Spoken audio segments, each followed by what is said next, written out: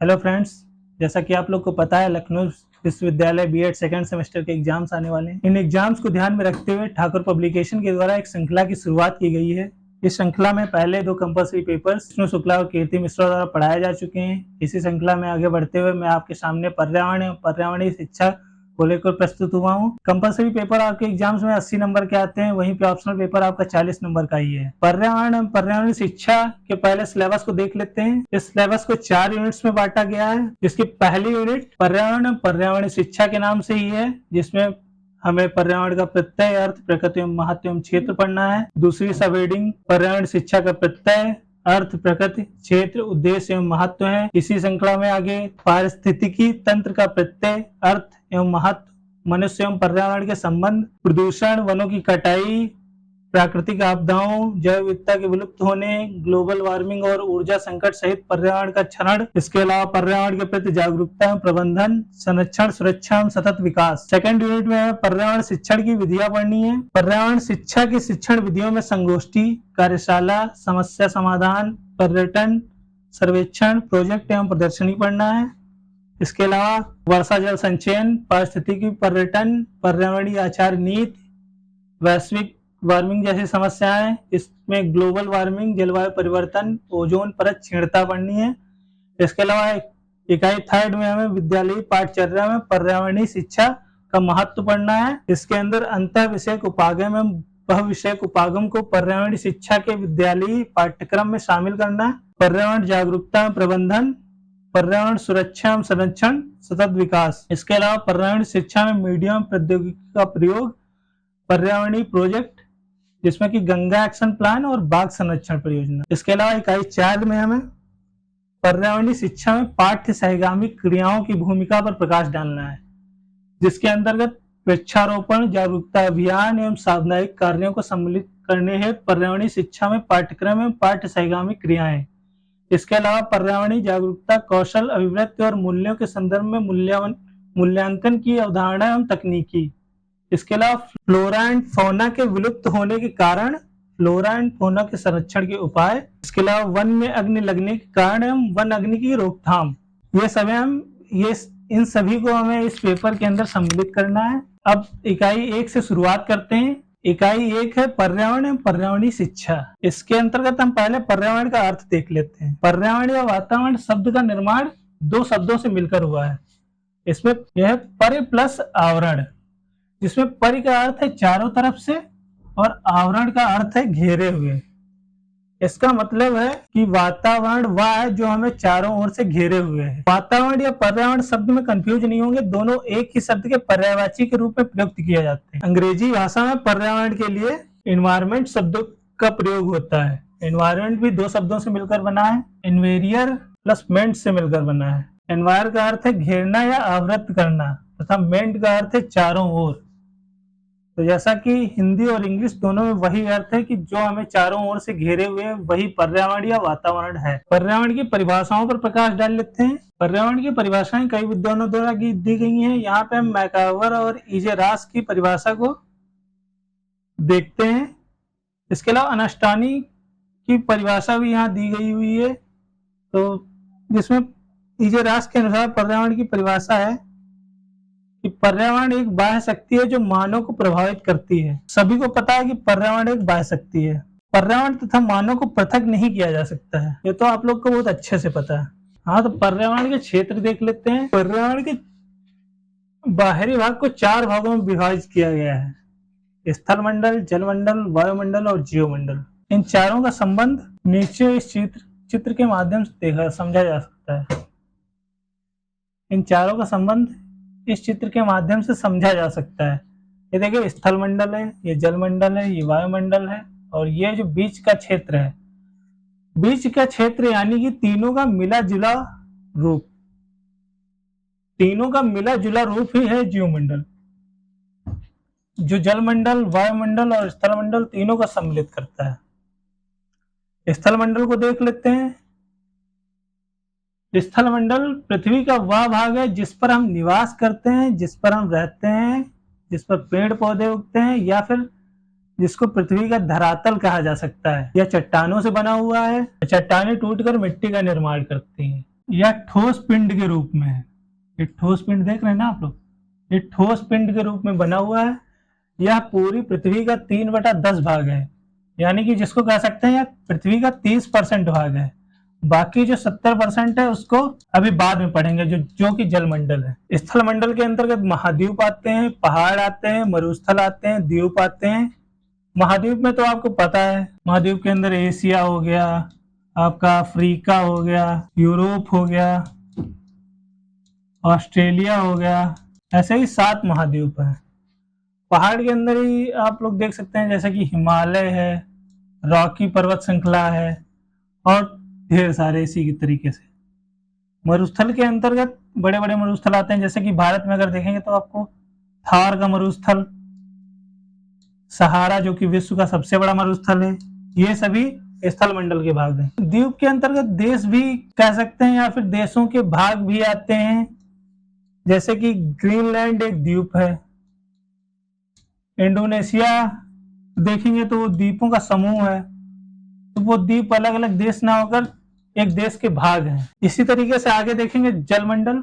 जलमंडल पृथ्वी का वह भाग है जो भूभाग के चारों ओर पानी और बर्फ के रूप में लिपटा हुआ है।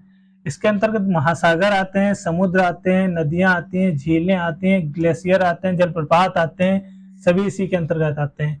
बड़े बड़े महासागरों में अगर देखेंगे, प्रशांत महासागर हो गया, आर्कटिक महासागर हो गया, अटलांटिक महासागर हो गया, समुद्र इसी के अंतर्गत आते हैं। बड़ी बड़ी नदियां हैं, नील है, ब्रह्मपुत्र है, गंगा है, तथा झीलें हो गई, कैस्पियन सागर जैसे झील है, और अमेरिका और कनाडा के तट पर जो ग्रेट झीलें जिनको बोलते हैं महान झीलें, ओंटेरियो, सुपीरियर, मिसिसिपी, ये सभी इसी के अंतर्गत आती हैं। इसके अंतर्गत जलप्रपात भी आते हैं, जैसे नियाग्रा जलप्रपात इसी के अंतर्गत आएगा। भारत में भी जो जलप्रपात हैं इसी के अंतर्गत ये आएंगे। इसके अलावा वायुमंडल क्या है? वायुमंडल को एटमॉस्फेयर बोलते हैं। विभिन्न गैसीय पदार्थों का मिश्रित रूप वायु कहलाता है। वायुमंडल वायु का ऐसा आवरण है जो पृथ्वी को चारों ओर से घेरे रहता है और उसे सुरक्षा प्रदान करता है। अतः हम यह कह सकते हैं कि वायुमंडल पृथ्वी की सतह से लगभग 10,000 किलोमीटर से भी अधिक ऊंचाई तक का वह भाग है जिसमें विभिन्न गैसें तथा अन्य पदार्थ अलग अलग ऊंचाई तक रहते हैं। वायुमंडल में 5 परतें पाई जाती हैं: क्षोभ मंडल, समताप मंडल, मध्य मंडल, आयन मंडल और बाह्य मंडल। तो वायुमंडल की जो सबसे निचली परत है उसे क्षोभ मंडल के नाम से जाना जाता है। मौसम संबंधी जितनी भी घटनाएं होती हैं वो सभी क्षोभ मंडल में घटित होती हैं। जैसे कि वर्षा हो रही है तो वह क्षोभ मंडल, बादल जो होते हैं वो क्षोभ मंडल में ही बनते हैं और वो पानी के रूप में नीचे आ जाते हैं। क्षोभ मंडल की ऊंचाई पृथ्वी की सतह से 8 से लेकर 16 किलोमीटर तक की ऊंचाई का जो क्षेत्र है वह क्षोभ मंडल है। 8 से 16 किलोमीटर इसलिए लिखा हुआ क्योंकि ध्रुवों पर और भूमध्य रेखा पर इसकी ऊंचाई अलग अलग होती है। जो ध्रुव है उन पर इसकी ऊंचाई सबसे कम और भूमध्य रेखा पर इसकी ऊंचाई सबसे अधिक होती है। ध्रुवों से लेकर भूमध्य रेखा की ओर जाने पर इसकी ऊंचाई बढ़ती जाती है तथा भूमध्य रेखा से ध्रुवों की तरफ जाने पर इसकी ऊंचाई घटती रहती है। क्षोभ मंडल में ही मौसम संबंधी सभी घटनाएं होती हैं। बादल, आंधी, तूफान बनने से संबंधित सभी क्रियाएं यही घटित होती हैं। प्रति किलोमीटर ऊंचाई बढ़ने के साथ तापमान भी घटता रहता है, जिसकी दर प्रति किलोमीटर 6.5 डिग्री सेल्सियस है। इसके बाद समताप मंडल आता है। समताप मंडल क्षोभ मंडल की ऊपर वाली परत है जो करीब करीब क्षोभ मंडल की सीमा से प्रारंभ होकर 48 किलोमीटर की सीमा तक जिसकी ऊंचाई है। समताप मंडल की सबसे प्रमुख विशेषता यह है कि ओजोन परत जो पृथ्वी के जीवों को सूर्य की हानिकारक पराबैंगनी किरणों से बचाती है, समताप मंडल की ऊपरी परत में ही विद्यमान होती है। और इसके अलावा समताप मंडल में ही ये हवाई जहाज समताप मंडल में ही उड़ते हैं। समताप मंडल के ऊपर वाली परत मध्य मंडल है जिसकी ऊंचाई करीब करीब 80 किलोमीटर तक है। मध्य मंडल के बाद आयन मंडल है जिसकी ऊंचाई 300 से 400 किलोमीटर तक होती है। आयन मंडल के ऊपर बाह्य मंडल होता है जिसकी ऊंचाई 400 किलोमीटर से प्रारंभ होती है और सैद्धांतिक रूप से 1000 किलोमीटर तक जाती है। इनके अलावा हम जीवमंडल को देख लेते हैं। जीवमंडल वास्तव में अपने आप में कोई स्वतंत्र क्षेत्र नहीं है, यह स्थल मंडल, जल मंडल और वायुमंडल का मिला जुला रूप है। पर्यावरण का महत्व देख लेते हैं। पर्यावरण के महत्व में सभी जीव तथा स्वयं मनुष्य पर्यावरण में अंतर स्थापित है। पर्यावरण के पदार्थों और ऊर्जा से उनकी संरचना बनती है और क्रियाएं संचालित होती हैं। यानी कि कहने का मतलब यह है कि पृथ्वी के सभी जीव पर्यावरण से घनिष्ठ रूप से संबद्ध हैं और पर्यावरण से अलग उनका कोई पृथक अस्तित्व नहीं है। पर्यावरणीय पदार्थों से स्वपोषित होकर ये सभी जीव प्रजनन द्वारा अपनी निरंतरता बनाए रखते हैं। आधुनिक विज्ञान एवं प्रौद्योगिकी शक्ति से युक्त मानव के लिए पर्यावरण का अध्ययन सबसे महत्वपूर्ण विषय है तथा पर्यावरण में संतुलन बनाए रखना उससे भी गंभीर विषय है। अतः पर्यावरण अध्ययन का महत्व निम्न बिंदुओं में निहित है। पर्यावरण का महत्व इन 5 बिंदुओं से समझ सकते हैं। प्राकृतिक संतुलन बनाए रखने का। हाँ, तो हम पर्यावरण का महत्व देखते हैं। सभी जीव तथा स्वयं मनुष्य पर्यावरण में अंतर स्थापित है। पर्यावरण के पदार्थों और ऊर्जा से उनकी संरचना बनती है और क्रियाएं संचालित होती हैं। इसका मतलब है कि पृथ्वी के सभी जीव पर्यावरण से घनिष्ठ रूप से संबंधित हैं और पर्यावरण के बिना उनका कोई अस्तित्व नहीं है। पर्यावरणीय पदार्थों से सुपोषित होकर भी सभी जीव प्रजनन द्वारा अपनी निरंतरता बनाए रखते हैं। आधुनिक विज्ञान एवं प्रौद्योगिकी शक्ति से युक्त मानव के लिए पर्यावरण का अध्ययन सबसे महत्वपूर्ण विषय है तथा पर्यावरण में संतुलन बनाए रखना उससे भी अधिक गंभीर विषय है। अतः पर्यावरण अध्ययन का महत्व निम्न बिंदुओं में निहित है। पर्यावरण के महत्व को समझ सकते हैं। पर्यावरण प्राकृतिक संतुलन बनाए रखने में प्रतिबद्ध है। पर्यावरण के माध्यम से ही पृथ्वी के सभी जीव आपस में पर्यावरण प्राकृतिक संतुलन बनाए रखने में उपयोगी है। मानव प्रगति एवं विकास हेतु पर्यावरण का महत्व है। पर्यावरण प्रबंधन हेतु आवश्यक है। पर्यावरण मानव जिज्ञासा के समाधान हेतु आवश्यक है। अधिगम एवं शिक्षा हेतु आवश्यक है। जीवन का अस्तित्व बचाए रखने हेतु आवश्यक है। पर्यावरण के प्रकार देखते हैं। पर्यावरण को मूलतः 2 भागों में बांटा जाता है, प्राकृतिक पर्यावरण और मानव निर्मित पर्यावरण। प्राकृतिक पर्यावरण के अंतर्गत भौतिक पर्यावरण, प्राणी शास्त्रीय पर्यावरण जिसे कि जूलॉजिकल इन्वायरमेंट भी कहते हैं। मानव निर्मित पर्यावरण के अंतर्गत सामाजिक पर्यावरण, सांस्कृतिक पर्यावरण और परासामाजिक पर्यावरण। परासामाजिक को पैरासोशल इन्वायरमेंट भी कहते हैं। तो इस वर्गीकरण को नीचे देखते हैं। भौतिक पर्यावरण के अंतर्गत क्षेत्रीय संबंध, जलवायु, मिट्टी, जलराशियां और खनिज पदार्थों का अध्ययन किया जाता है। क्षेत्रीय संबंधों का मतलब होता है कि विश्व के सभी देश या भूभाग आपस में जुड़े हुए हैं और उनके संबंधों का अध्ययन क्षेत्रीय संबंध कहलाता है। इसमें भी देख लेते हैं। क्षेत्रीय संबंध से आशय पृथ्वी के गोले पर किसी प्रदेश से दूसरे प्रदेश के सापेक्षिक संबंध से है। प्रदेश का मतलब प्रदेश नहीं, प्रदेश का मतलब देश या भूभाग कुछ भी हो सकता है। इस प्रकार की भौगोलिक सापेक्षिक स्थिति किसी प्रदेश के आर्थिक सामाजिक पर्यावरण अर्थात मानव निर्मित पर्यावरण के विकास में महत्वपूर्ण भूमिका निभाती है। सापेक्षिक पारस्परिक क्षेत्रीय संबंधों के अंतर्गत मूलतः 5 तत्वों को शामिल किया जाता है। प्रदेश की ज्यामितीय स्थिति। ज्यामितीय स्थिति से मतलब है कि प्रदेश का आकार कैसा है। जैसे भारत का आकार त्रिभुजाकार है, इसीलिए भारत 3 तरफ से जल से गिरा है, इसीलिए उसे प्रायद्वीप भी कहते हैं। प्रदेश की ज्यामितीय स्थिति के अंतर्गत उसके आकार को सम्मिलित किया जाता है। प्राकृतिक स्थिति के अंतर्गत नेचुरल लोकेशन, यानी कि वो पर्वत के आसपास है या फिर पहाड़ के आसपास है, मरुस्थल से जाना जाता है, ये सभी चीजें शामिल होती हैं।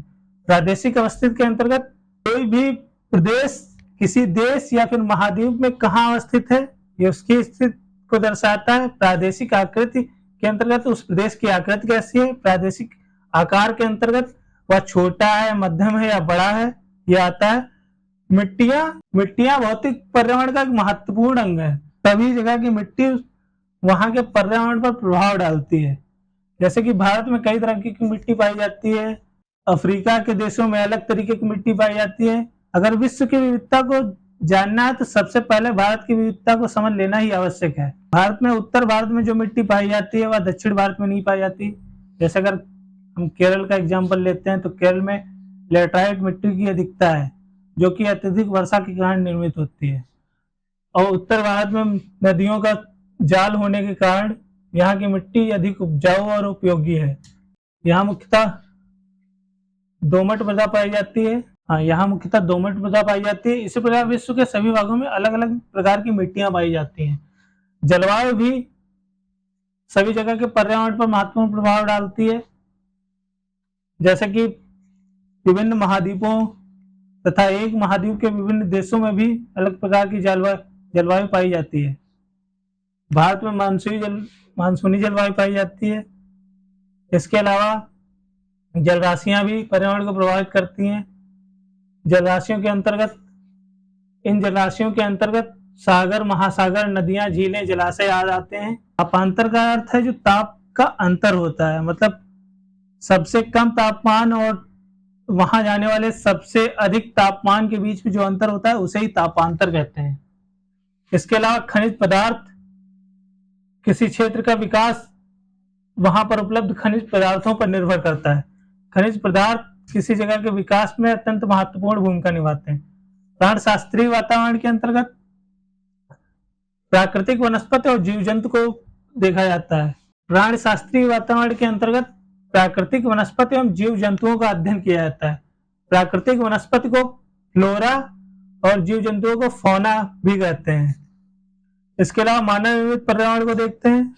मानव निर्मित पर्यावरण के अंतर्गत सामाजिक पर्यावरण, सांस्कृतिक पर्यावरण और परासामाजिक पर्यावरण को शामिल किया जाता है।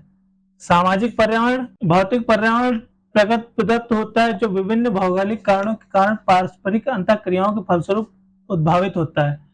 यदि इन भौगोलिक कारणों की चर्चा करें तो हम पाते हैं कि मनुष्य भी एक प्रमुख भौगोलिक कारण है जो प्राकृतिक वातावरण के निर्माण में सक्रिय सहयोगी होते हुए भी उसे परिवर्तित करने की क्षमता रखता है। इसके अंतर्गत भौगोलिक स्थिति, व्यवहारिक परेशानियां, प्रवास, युद्ध, जनसंख्या का आकार, राजनीतिक विचारधारा, तकनीकी प्रगति, संस्कृतियां, विभिन्न प्रकार के विकास, इन सभी को शामिल किया जाता है। देखिए, किसी जगह के पर्यावरण पर भौगोलिक स्थिति का सबसे महत्वपूर्ण प्रभाव होता है।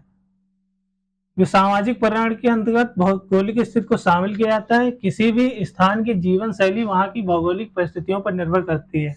व्यवहारिक परेशानियों को भी सामाजिक पर्यावरण के अंतर्गत ही शामिल किया जाता है। प्रवास का अर्थ है जब किसी भी कारणवश जनसंख्या का एक बड़ा भाग एक स्थान को छोड़कर किसी दूसरे स्थान पर बसने चला जाता है तो प्रवास करने वाली जनसंख्या वहां के मूल निवासियों को प्रभावित करती है तथा स्वयं भी प्रभावित होती है। इस प्रकार प्रवास भी सामाजिक पर्यावरण के निर्माण में महत्वपूर्ण भूमिका निभाता है।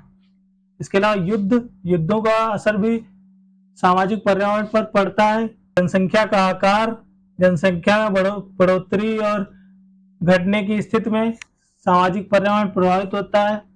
राजनीतिक विचारधाराएं भी सामाजिक पर्यावरण को बहुत हद तक प्रभावित करती हैं। अगर मान लीजिए आपके यहाँ एक ऐसी सरकार का गठन हो जाता है जो पर्यावरण को छोड़ केवल विकास पर ध्यान देती है तो यह पर्यावरण के संबंध में बिल्कुल भी उचित नहीं है।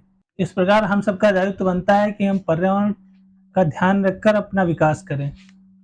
इसके अलावा तकनीकी प्रगति वही चीज है कि ये सभी चीजें आपस में संबंधित ही रहती हैं कि इन्हें पूर्णतः पृथक नहीं किया जा सकता। जैसे राजनीतिक विचारधारा तकनीकी प्रगति को बढ़ावा दे सकती है। प्रगति के बाद संस्कृतियां, विभिन्न संस्कृतियां जैसे जो आदिवासी लोग हैं वो पर्यावरण के संरक्षण में अत्यंत महत्वपूर्ण भूमिका निभाते हैं। प्रोग्रेसिव लोग हैं उनके द्वारा इतना ध्यान नहीं दिया जाता है। इसके अलावा विभिन्न प्रकार के विकास भी होते हैं। इसके अलावा सांस्कृतिक पर्यावरण है। विभिन्न समाज के लोगों के पारस्परिक एवं प्रगति के साथ संबंधों के फलस्वरूप सांस्कृतिक पर्यावरण का निर्माण होता है। इसका निर्माण तब तक नहीं होता जब तक जन समुदाय सामूहिक स्तर पर योजनाबद्ध ढंग से उसे अंगीकार न कर ले।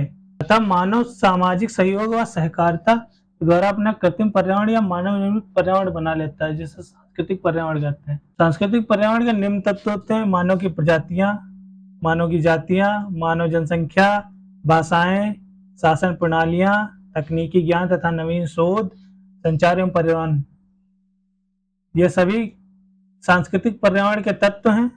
इसके अलावा परासामाजिक या अधिप्राकृतिक पर्यावरण देखते हैं। इस प्राकृतिक पर्यावरण क्या होता है। प्राचीन समय से ही प्रकृति की उत्पत्ति को देवी शक्ति के रूप में फलस्वरूप ही माना गया, अतः प्रकृति की गरिमा बनाए रखते हुए अपना विकास या फिर समाज का निर्माण करना परासामाजिक या आदि प्राकृतिक पर्यावरण के अंतर्गत आता है। पर्यावरण शिक्षा, हमने पर्यावरण के बारे में जान लिया। पर्यावरण शिक्षा पर प्रकाश डालते हैं। पर्यावरणीय शिक्षा की उत्पत्ति कहाँ से होती है? 19वीं शताब्दी अर्थात 1899 में स्कॉटलैंड के प्रमुख वनस्पति शास्त्री प्रोफेसर पैट्रिक जोडिस ने आउटलुक टावर नामक शैक्षिक संस्था की स्थापना की। तभी से पर्यावरण शिक्षा का प्रारंभ हुआ। सन 1908 में अमेरिका के राष्ट्रपति थियोडोर रूजवेल्ट ने पर्यावरण शिक्षा के विभिन्न पक्षों पर बल दिया। पहले 1965 में कील विश्वविद्यालय में सबके लिए पर्यावरण शिक्षा पाठ्यक्रम लागू किया गया। उसके बाद 1972 में स्टॉकहोम में संयुक्त राष्ट्र संघ के तत्वावधान में आयोजित सम्मेलन में मानव पर्यावरण के आधार पर संयुक्त राष्ट्र पर्यावरण कार्यक्रम UNEP United Nation Environment Programme की स्थापना हुई। इसमें यूनेस्को के सहयोग से पर्यावरण शिक्षा कार्यक्रम प्रारंभ हुआ एवं पर्यावरण शिक्षा के उद्देश्य आदि निर्धारित किए गए। पर्यावरण शिक्षा का अर्थ हम परिभाषाएं देख लेते हैं।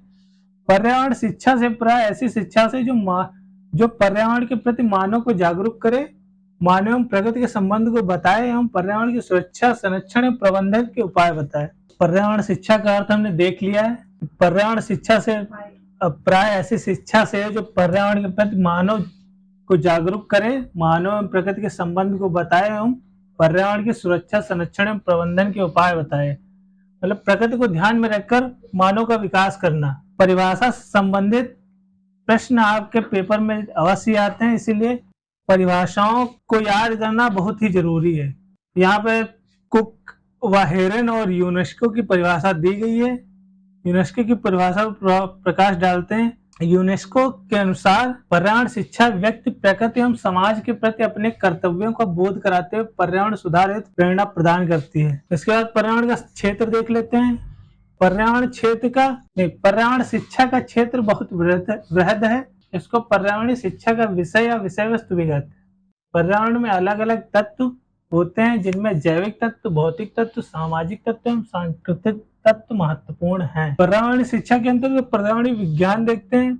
इसके अंतर्गत जैविक पहलू, भौतिक पहलू, सामाजिक सांस्कृतिक पहलुओं का अध्ययन किया जाता है। दूसरे नंबर पर पर्यावरण अभियांत्रिकी आती है। अभियांत्रिकी का अर्थ है यंत्रों का उपयोग करना। यंत्रों के माध्यम से जो पर्यावरण की शिक्षा प्राप्त की जाती है उसे इसके अंतर्गत सम्मिलित किया जाता है। पर्यावरणीय प्रबंधन या भौतिक, सामाजिक एवं आर्थिक उद्यमों को बढ़ावा देता है। इसके अलावा पर्यावरणीय संरक्षण एवं जागरूकता आता है। मानवीय क्रियाकलापों के कारण होने वाली प्रकृति की क्षति को पूरा करने के लिए पर्यावरण संरक्षण की आवश्यकता होती है। प्राकृतिक संसाधनों का संरक्षण, पर्यावरण अध्ययन, सामाजिक पारिस्थितिकी, पर्यावरण व्यवस्था एवं स्वास्थ्य, अध्यापक शिक्षा में पर्यावरणीय अध्ययन, ये सभी पर्यावरण शिक्षा के क्षेत्र के अंतर्गत आते हैं। पर्यावरणीय शिक्षा के क्षेत्र के उद्देश्य, परिभाषाएं स्पष्ट करने के बाद पर्यावरण शिक्षा के प्रमुख उद्देश्य निर्धारित करना भी आवश्यक है। ये उद्देश्य निम्नलिखित हैं। देखिए, पर्यावरणीय शिक्षा का पहला उद्देश्य है व्यक्ति को सामूहिक व व्यक्तिगत रूप से पर्यावरण से परिचित कराना।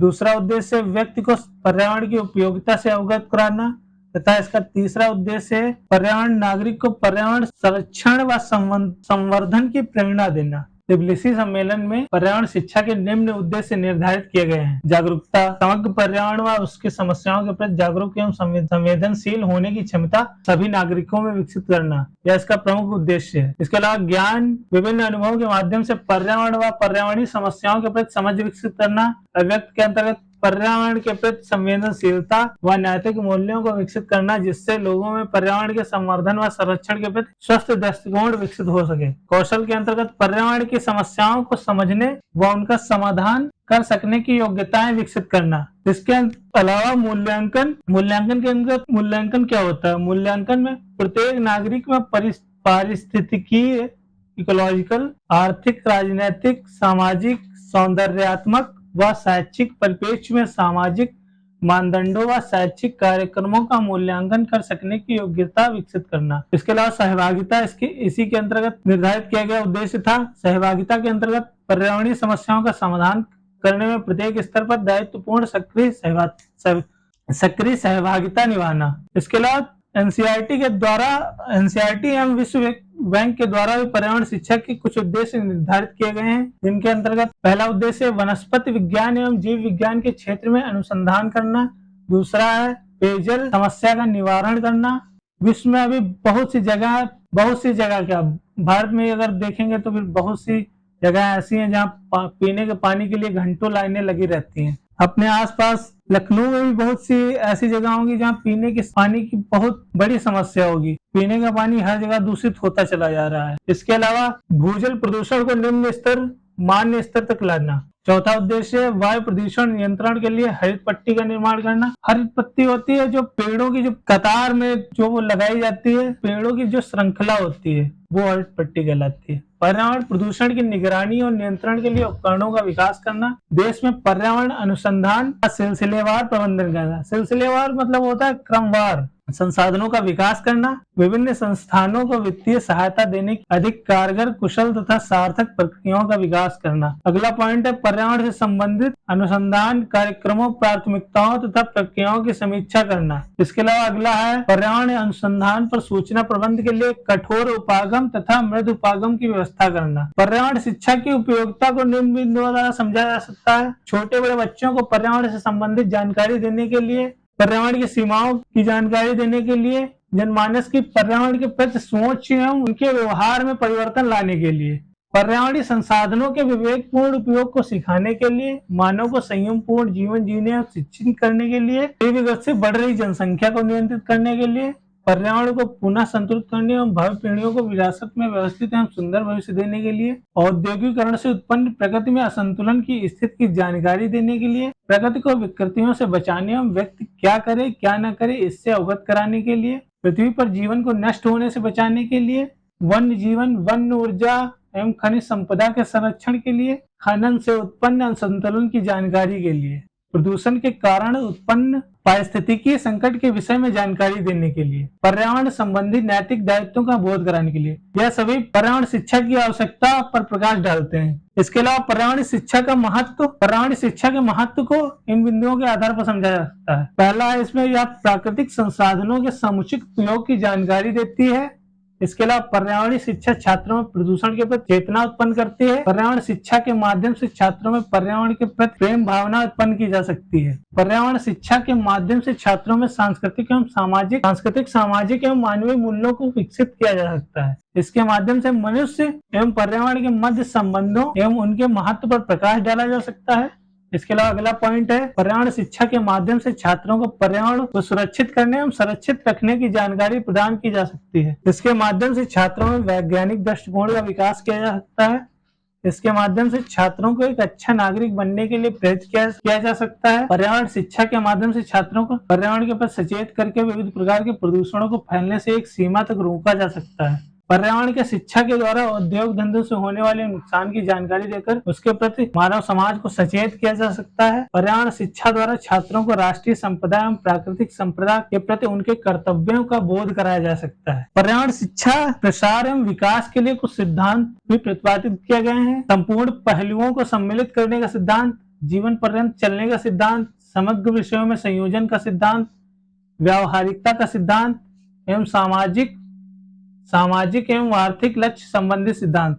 ये सभी 5 सिद्धांत हैं। इनमें से कोई ना कोई सिद्धांत आपकी परीक्षा में जरूर पूछा जाता है या फिर सभी सिद्धांतों को संक्षिप्त रूप से वर्णित करने के लिए भी प्रश्न आता है। इसके अलावा विविध स्तरों पर पर्यावरणीय शिक्षा की रूपरेखा को देखते हैं। पर्यावरणीय शिक्षा में ये बहुत जरूरी है क्योंकि सभी स्तरों पर एक प्रकार से शिक्षा दिया जाना न ही संभव है और न ही उचित है। विविध स्तरों पर पर्यावरणीय शिक्षा की रूपरेखा को देखते हैं तो उसमें 4 स्तर हैं, प्राथमिक स्तर, उच्च प्राथमिक स्तर, माध्यमिक स्तर और महाविद्यालय और विश्वविद्यालय स्तर। सभी स्तरों पर अलग तरीके की पर्यावरणीय शिक्षा की आवश्यकता होती है। प्राथमिक स्तर पर खेलकूद या फिर भ्रमण के माध्यम से शिक्षा पर ज्यादा जोर दिया जाना चाहिए। उच्च प्राथमिक स्तर पर भी खेलकूद के माध्यम से ही शिक्षा दी जानी चाहिए।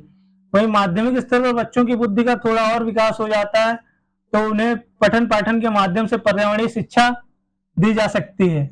महाविद्यालय और विश्वविद्यालय स्तर पर संगोष्ठी और अन्य कई तरीकों को अपनाया जा सकता है।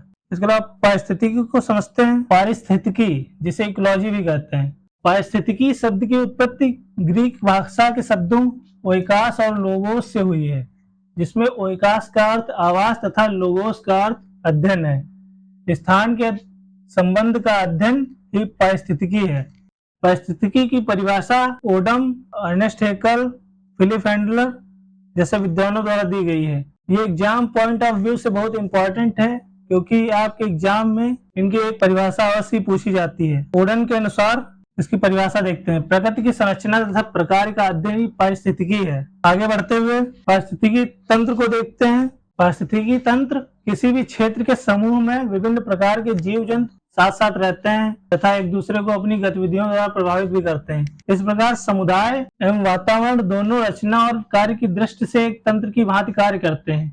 इसी को पारिस्थितिकी तंत्र कहते हैं। पारिस्थितिकी तंत्र विभिन्न जीवों तथा पर्यावरण का आपसी संबंध दर्शाता है। चित्र के माध्यम से इसे हम समझ सकते हैं। देखिए, ये सूर्य का प्रकाश है, ये उत्पादक हैं जो अपना भोजन बनाते हैं। इसके अंतर्गत वृक्ष। पृथ्वी के पारिस्थितिकी तंत्र को इस चित्र के माध्यम से समझ सकते हैं। सूर्य के प्रकाश द्वारा उत्पादक अपना भोजन बनाते हैं, उपभोक्ताओं द्वारा उसे उपयोग किया जाता है। बचे हुए भोजन को अपघटकों द्वारा अपघटित किया जाता है। वन, घास, मरुस्थल, मानवकृत फसलें जिसके अंतर्गत आती हैं, ये सभी उत्पादक हैं। इसके अलावा पारिस्थितिकी तंत्र के कार्य देखते हैं। पारिस्थितिकी तंत्र के कार्य निम्नवत हैं। पारिस्थितिकी तंत्र में खाद्य पदार्थों का चक्रण होता है।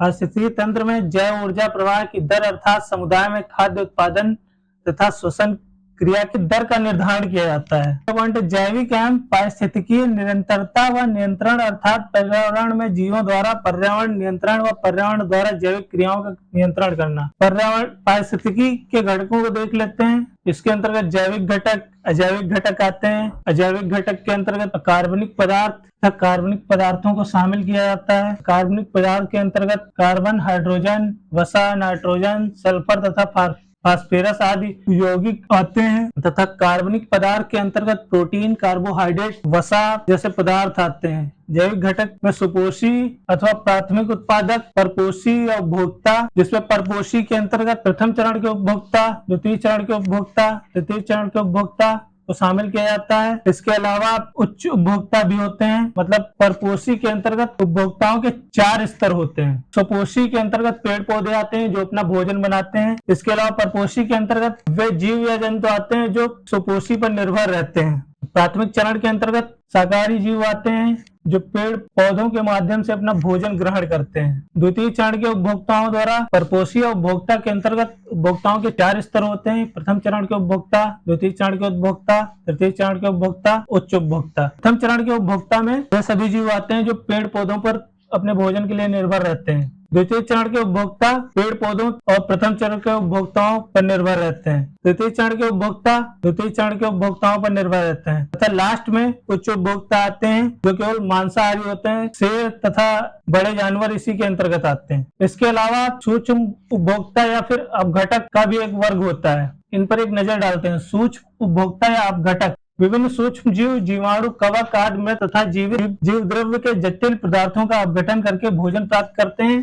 ये मृत जीवों के कार्बनिक पदार्थों को सड़ा गलाकर पुनः अकार्बनिक पदार्थों में परिवर्तित कर देते हैं तथा स्वयं भी ऊर्जा प्रदान करते हैं। इस तरीके से खाद्य श्रृंखला को इस चित्र के माध्यम से समझा जा सकता है। सूर्य के माध्यम से पेड़ पौधे अपना भोजन बनाते हैं। ये प्रथम या द्वितीय उपभोक्ता होते हैं जो पेड़ पौधों पर निर्भर रहते हैं और इनसे अपना भोजन प्राप्त करते हैं। द्वितीय चरण के उपभोक्ता इन पर अपने भोजन के लिए निर्भर रहते हैं तथा तृतीय चरण के उपभोक्ता द्वितीय चरण के उपभोक्ताओं पर अपने भोजन के लिए निर्भर रहते हैं। मनुष्य सर्वाहारी प्राणी है तथा द्वितीय चरण के उपभोक्ताओं में शामिल होता है। इसी प्रकार पृथ्वी पर जीवों का संतुलन बना रहता है। पर्यावरण के लिए संतुलन बहुत आवश्यक है। हालांकि हाल के वर्षों में तकनीकी प्रगति ने पर्यावरण को बहुत ही प्रभावित किया है और इसे क्षति पहुंचाई है। खाद्य श्रृंखला के साथ हमारी पहली इकाई समाप्त होती है। अब हम दूसरी इकाई की तरफ बढ़ेंगे। पहली इकाई में हमने पर्यावरण और पर्यावरण शिक्षा का अर्थ एवं महत्व समझा था। दूसरी इकाई में हम पर्यावरणीय शिक्षा की शिक्षण विधियों पर प्रकाश डालते हैं। पर्यावरण शिक्षा की विधियों को समझने पहले शिक्षण विधि को समझना अत्यंत आवश्यक है। शिक्षण विधि का अर्थ है कि शिक्षण विधि क्रियाओं का ऐसा समूह होता है जिसके परिणाम स्वरूप छात्र को सीखते हैं और यह विधि शिक्षकों द्वारा अपनाई जाती है। तो शिक्षण विधि का अर्थ समझने के बाद हम पर्यावरण शिक्षण की विधियों पर प्रकाश डालते हैं। पर्यावरण शिक्षण की विधियों में संगोष्ठी, कार्यशाला, समस्या समाधान, पर्यटन, सर्वेक्षण विधि, प्रोजेक्ट वर्क, प्रदर्शनी को शामिल किया जाता है। तो हम सबसे पहले संगोष्ठी को समझते हैं। संगोष्ठी एक ऐसी विधि है जिस चिंतन स्तर के अधिगम के लिए अंतःक्रिया की परिस्थिति उत्पन्न की जाती है। इससे उच्च स्तरीय ज्ञानात्मक योग्यताओं तथा क्षमताओं का विकास होता है। संगोष्ठी द्वारा ज्ञानात्मक एवं भावनात्मक दोनों उद्देश्यों की पूर्ति की जाती है। संगोष्ठी के प्रकरणों पर नजर डाल लेते हैं। देश में बंजर भूमि में वृद्धि होने पर संगोष्ठी का आयोजन किया जाता है। देश में बंजर भूमि में वृद्धि पर्यावरण के लिए ही नहीं, मानव के लिए भी बहुत घातक है। जिस दर से मानव जनसंख्या बढ़ती जा रही है, इसके लिए अधिक से अधिक उपजाऊ भूमि की आवश्यकता है। अगर देश में बंजर भूमि में वृद्धि होगी तो उत्पादक भूमि में कमी आएगी। यह पर्यावरण के लिए बहुत ही चिंतनीय है। दूसरे प्रकरण पर नजर डालते हैं। देश में पीने के पानी की उपलब्धता व उसका उपयोग। अगर देश में पीने का पानी घटेगा, जैसा कि आप लोग को पता है, पृथ्वी पर भले ही 71% जल है, परंतु उसमें पीने योग्य जल बहुत कम है। 97% पानी महासागरों में ही पाया जाता है। जो शेष 3% पानी बचता है वो नदियों, ग्लेशियरों तथा पृथ्वी के नीचे जो जल है जिसको हम पीने में प्रयोग करते हैं वह होता है। तीसरे बिंदु पर नजर डालते हैं पर्यावरण संरक्षण संबंधी कानूनों का प्रभाव तथा चौथा है पर्यावरण संरक्षण में मीडिया की भूमिका। तो पर्यावरण संरक्षण किसी एक व्यक्ति या संस्था का कार्य नहीं है। पर्यावरण संरक्षण के लिए हम सभी को आगे आना होगा और सामूहिक रूप से कार्य करना होगा। इसमें मीडिया की भी अपनी एक महत्वपूर्ण भूमिका है। अगर मीडिया अपनी भूमिका सक्रिय रूप से नहीं निभाएगा तो पर्यावरण संरक्षण का कार्य उचित ढंग से नहीं हो सकता है। संगोष्ठी के प्रकारों को देख लेते हैं। संगोष्ठी के प्रकारों में लघु संगोष्ठी, मुख्य संगोष्ठी, राष्ट्रीय संगोष्ठी, राष्ट्रीय संगोष्ठी और अंतर्राष्ट्रीय संगोष्ठी को शामिल किया जाता है। हाँ, तो पहले प्रकार को देखते हैं, लघु संगोष्ठी। लघु संगोष्ठी का आयोजन एक छोटे स्तर पर किया जाता है। सामान्यतः एक कक्षा के विद्यार्थियों या किसी समूह द्वारा पर्यावरण से संबंधित मुद्दों पर जो विचार विमर्श किए जाते हैं वो लघु संगोष्ठी कहलाते हैं। मुख्य संगोष्ठी का स्वरूप लघु संगोष्ठी से व्यापक होता है। यह जिले और राज्य के स्तर से संबंधित होती है। राष्ट्रीय संगोष्ठी इसके नाम से स्पष्ट होता है कि राष्ट्रीय स्तर की संगोष्ठी होती है जिसमें राष्ट्र के विभिन्न राज्यों द्वारा भाग लिया जाता है और पर्यावरण से संबंधित मुद्दों पर विचार विमर्श किया जाता है। अंतर्राष्ट्रीय संगोष्ठी में विभिन्न राष्ट्रों द्वारा भाग लिया जाता है और पर्यावरण से संबंधित मुद्दों पर विचार विमर्श किया जाता है। हालांकि संगोष्ठी किसी एक मुद्दे से संबंधित नहीं होती। संगोष्ठी के विषय भिन्न भिन्न हो सकते हैं। यहाँ पर्यावरण से संबंधित अध्ययन कर रहे हैं तो इन संगोष्ठियों में पर्यावरण से संबंधित मुद्दों पर ही चर्चा की जाएगी। अगले प्रकार को देखते हैं, पर्यावरण शिक्षा की अगली शिक्षण को देखते हैं, कार्यशाला। कार्यशाला में चार्ट, मॉडल और विभिन्न शिक्षण सामग्रियों के माध्यम से पर्यावरण की शिक्षा दी जाती है। ये कार्यशाला के उद्देश्य दिए गए हैं। इसमें संज्ञानात्मक उद्देश्य और मनोशारीरिक उद्देश्य शामिल होते हैं। तो इन्हें आप पुस्तक से भी पढ़ सकते हैं। अगली विधि पर बढ़ते हैं, समस्या समाधान विधि। समस्या समाधान विधि में मानसिक क्रियाओं का सहारा लिया जाता है। उसके आधार पर पर्यावरण से संबंधित समस्या का हल ढूंढने का प्रयास किया जाता है। इसके अलावा अगली विधि पर प्रकाश डालते हैं कि पर्यावरण शिक्षा की अगली शिक्षण पर्यटन है। पर्यटन के उद्देश्यों को देखते हैं। पर्यटन तो सभी लोग जानते हैं, हम कहीं भी घूमने फिरने जाने के अनेक उद्देश्य होते हैं, तो इन्हीं में पर्यावरण शिक्षा को भी शामिल किया जाता है। पर्यावरण से संबंधित शिक्षा के लिए भी पर्यटन एक महत्वपूर्ण विधि है। पर्यटन शिक्षण विधि का पहला उद्देश्य छात्रों को प्राकृतिक नियमों व वस्तुओं का स्वयं निरीक्षण करने का सहज अवसर प्रदान करना। पाठ्य वस्तुओं को स्वाभाविक रूप से देखकर छात्रों को स्थायी ज्ञान प्रदान करना। बालकों में प्रकृति को समझने की प्रेरणा का विकास करना। विद्यार्थियों द्वारा एकत्रित सामग्री के माध्यम से पाठ्य वस्तु को समझने में सहायता देना, बालकों में पर्यावरण जागरूकता, सहयोग की भावना तथा सद्भाव आदि का विकास करना, छात्रों की विश्लेषणात्मक क्षमता को विकसित करना, वैज्ञानिक सूचनाओं, तथ्यों, सिद्धांतों को वास्तविक रूप से देखने का अवसर प्रदान करना। अगली विधि सर्वेक्षण विधि है। सर्वेक्षण तो सभी लोग जानते हैं, सर्वेक्षण के कई उद्देश्य हो सकते हैं। यहाँ हम पर्यावरण से संबंधित सर्वेक्षण को देखते हैं। पर्यावरण से संबंधित सर्वेक्षण के उद्देश्यों को समझ लेते हैं। छात्रों में प्रगत प्रेम पैदा करना, छात्रों के सम्मुख पर्यावरण संबंधित समस्याओं की वास्तविक तस्वीर रखना, छात्रों में समूह भावना का विकास करना, छात्रों में अध्ययन के प्रति रुचि विकसित करना, क्षेत्रीय अध्ययन एवं निरीक्षण द्वारा छात्रों को सीखने पर बल देना, छात्रों को स्थायी ज्ञान देना। ये सभी सर्वेक्षण के उद्देश्य हैं। सर्वेक्षण अध्ययन में चुनाव किए जाने स्थलों को देख लेते हैं। पर्यावरण से संबंधित अध्ययन के लिए चिड़ियाघर, अभ्यारण्य, खेत, निकटवर्ती बाग बगीचा, रेत के टीले, वन, घास के मैदान, नदी, तालाब, नहर, झरना, आसपास के उद्योग। पर्यावरण शिक्षा के लिए इन सभी का चुनाव किया जा सकता है। सर्वेक्षण अध्ययन पर ले जाने योग्य वस्तुएं देखते हैं।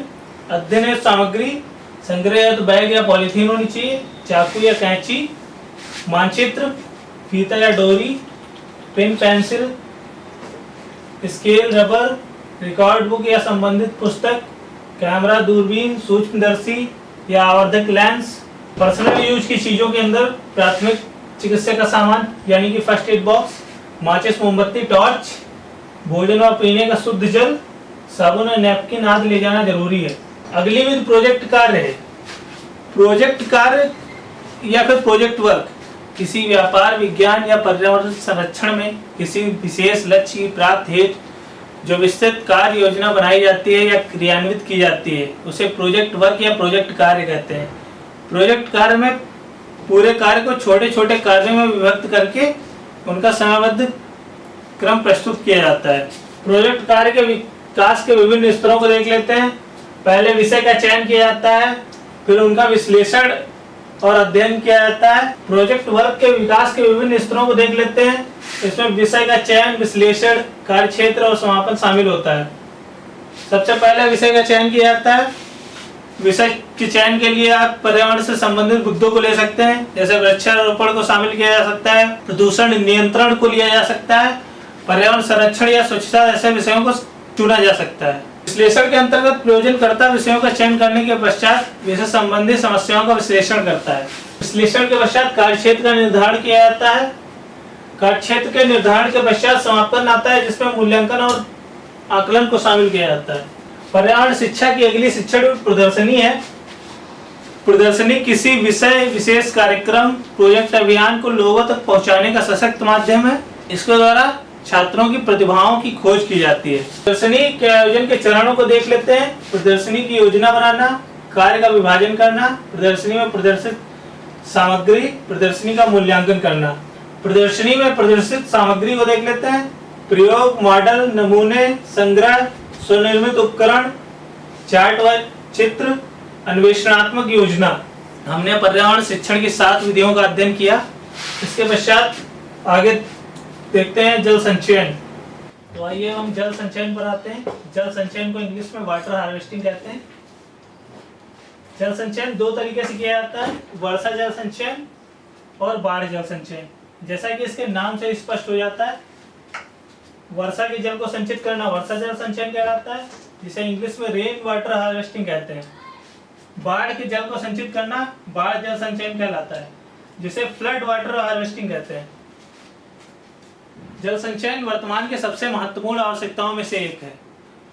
पृथ्वी की आबादी तेजी से बढ़ रही है और इससे प्राकृतिक संसाधनों के दोहन में काफी तेजी आई है। इसी क्रम में जल का भी तीव्र गति से दोहन हो रहा है। भूमिगत जल के अत्यधिक दोहन के कारण जल संचयन वर्तमान की सबसे महत्वपूर्ण आवश्यकता के रूप में उभर कर सामने आया है। इस प्रकार जल संचयन हमारे लिए अति महत्वपूर्ण है।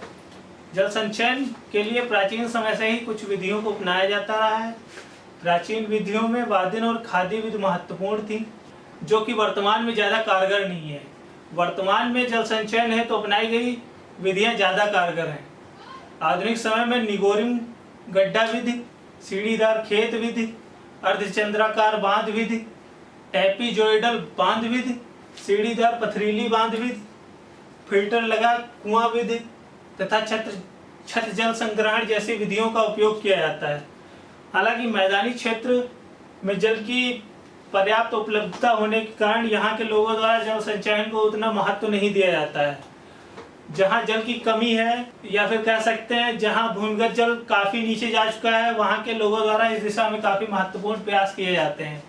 जैसा कि अगर अपने देश में ही देखा जाए तो साउथ इंडिया और राजस्थान के क्षेत्रों में जल संचयन को लेकर काफ़ी जागरूकता है। उसकी तुलना में उत्तर भारत जैसे उत्तर प्रदेश, बिहार जैसे क्षेत्रों में जल संचयन को लेकर उतनी जागरूकता नहीं दिखती है। आगे हम पर्यावरण जागरूकता संबंधी विभिन्न कार्यक्रमों को देखेंगे। प्रगति जीवन का मूल तत्व है तो शिक्षा जीवन के विकास की पथ प्रदर्शक तथा संस्कृत जीवन की साज सज्जा में सहायक होती है। वर्तमान में विकास की अंधी दौड़ से असंतुलन की स्थिति पैदा हो चुकी है। पर्यावरण असंतुलन की तरफ ध्यान देते हुए विभिन्न संस्थाओं, देशों तथा विभिन्न राज्यों द्वारा विभिन्न कार्यक्रमों की शुरुआत की गई है। भारत सरकार द्वारा प्रतिवर्ष 19 नवंबर से 18 दिसंबर तक राष्ट्रीय पर्यावरण माह का आयोजन किया जाता है।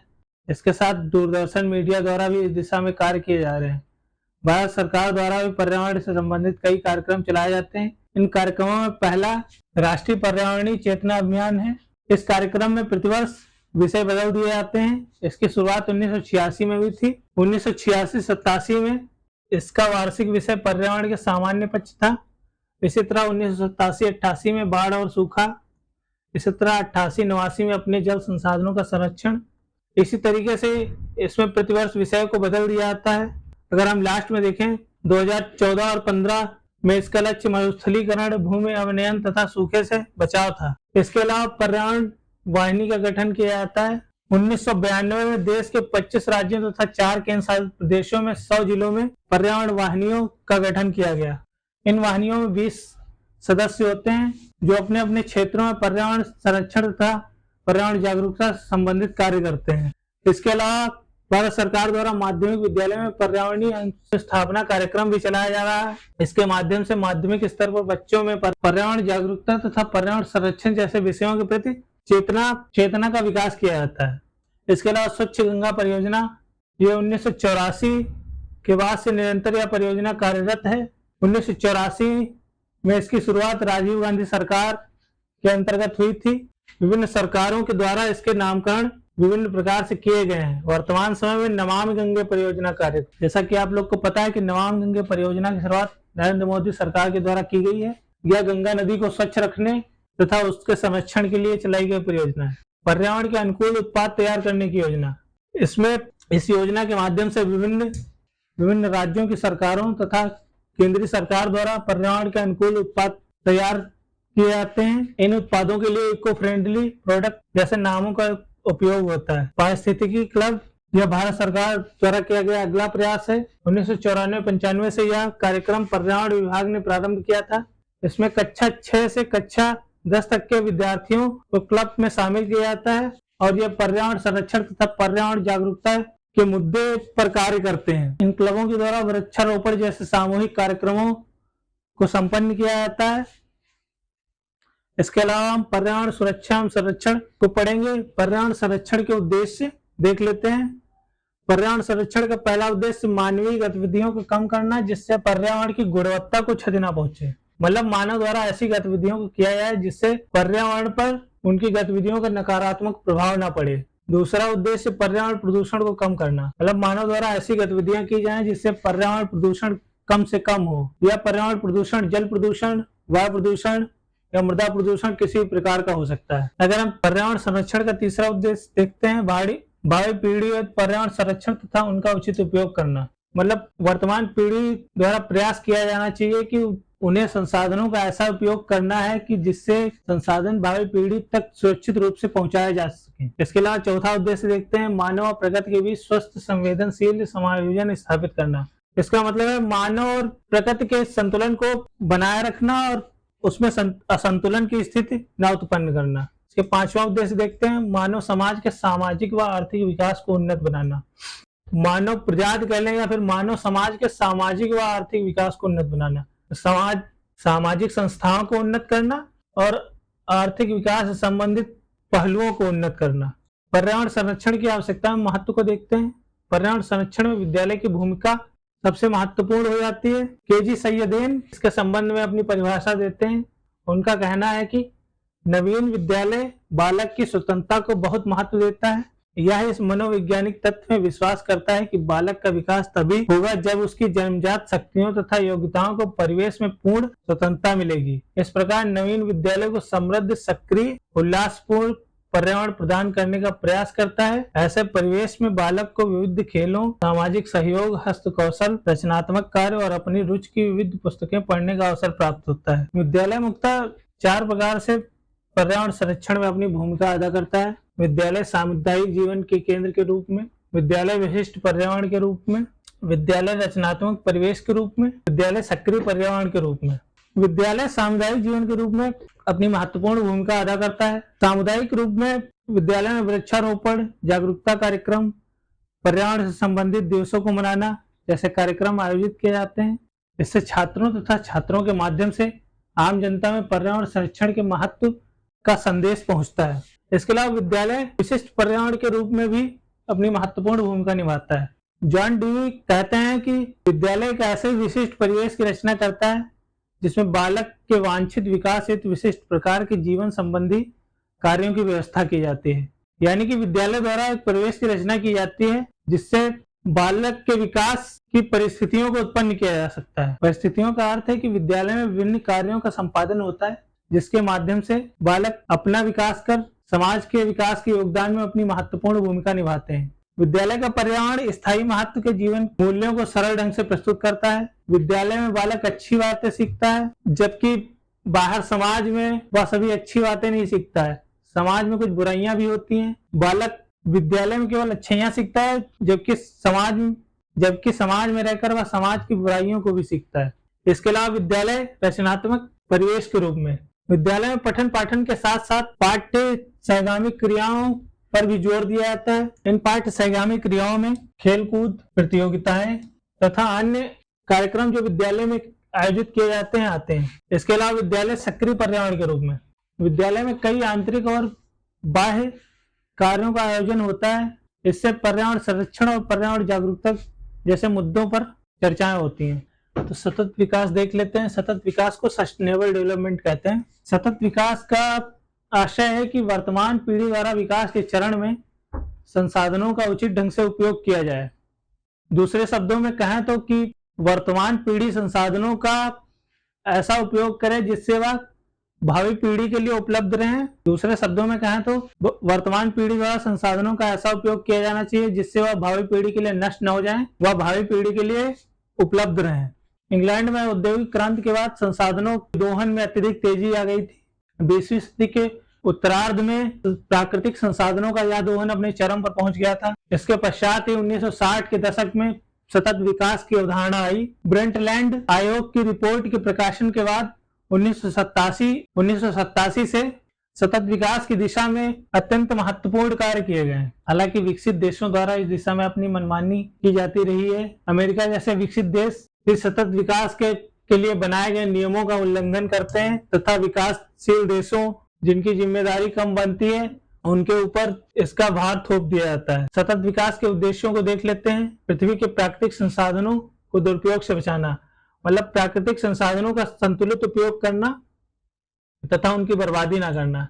ऐसी नई वैज्ञानिक तकनीकों की खोज करना जो प्रकृति के नियमों के अनुरूप कार्य करें, मतलब मानव द्वारा ऐसी वैज्ञानिक तकनीकों का निर्माण किया जाना चाहिए जो प्रकृति के अनुरूप कार्य करें, उसे असंतुलन की स्थिति में न डालें।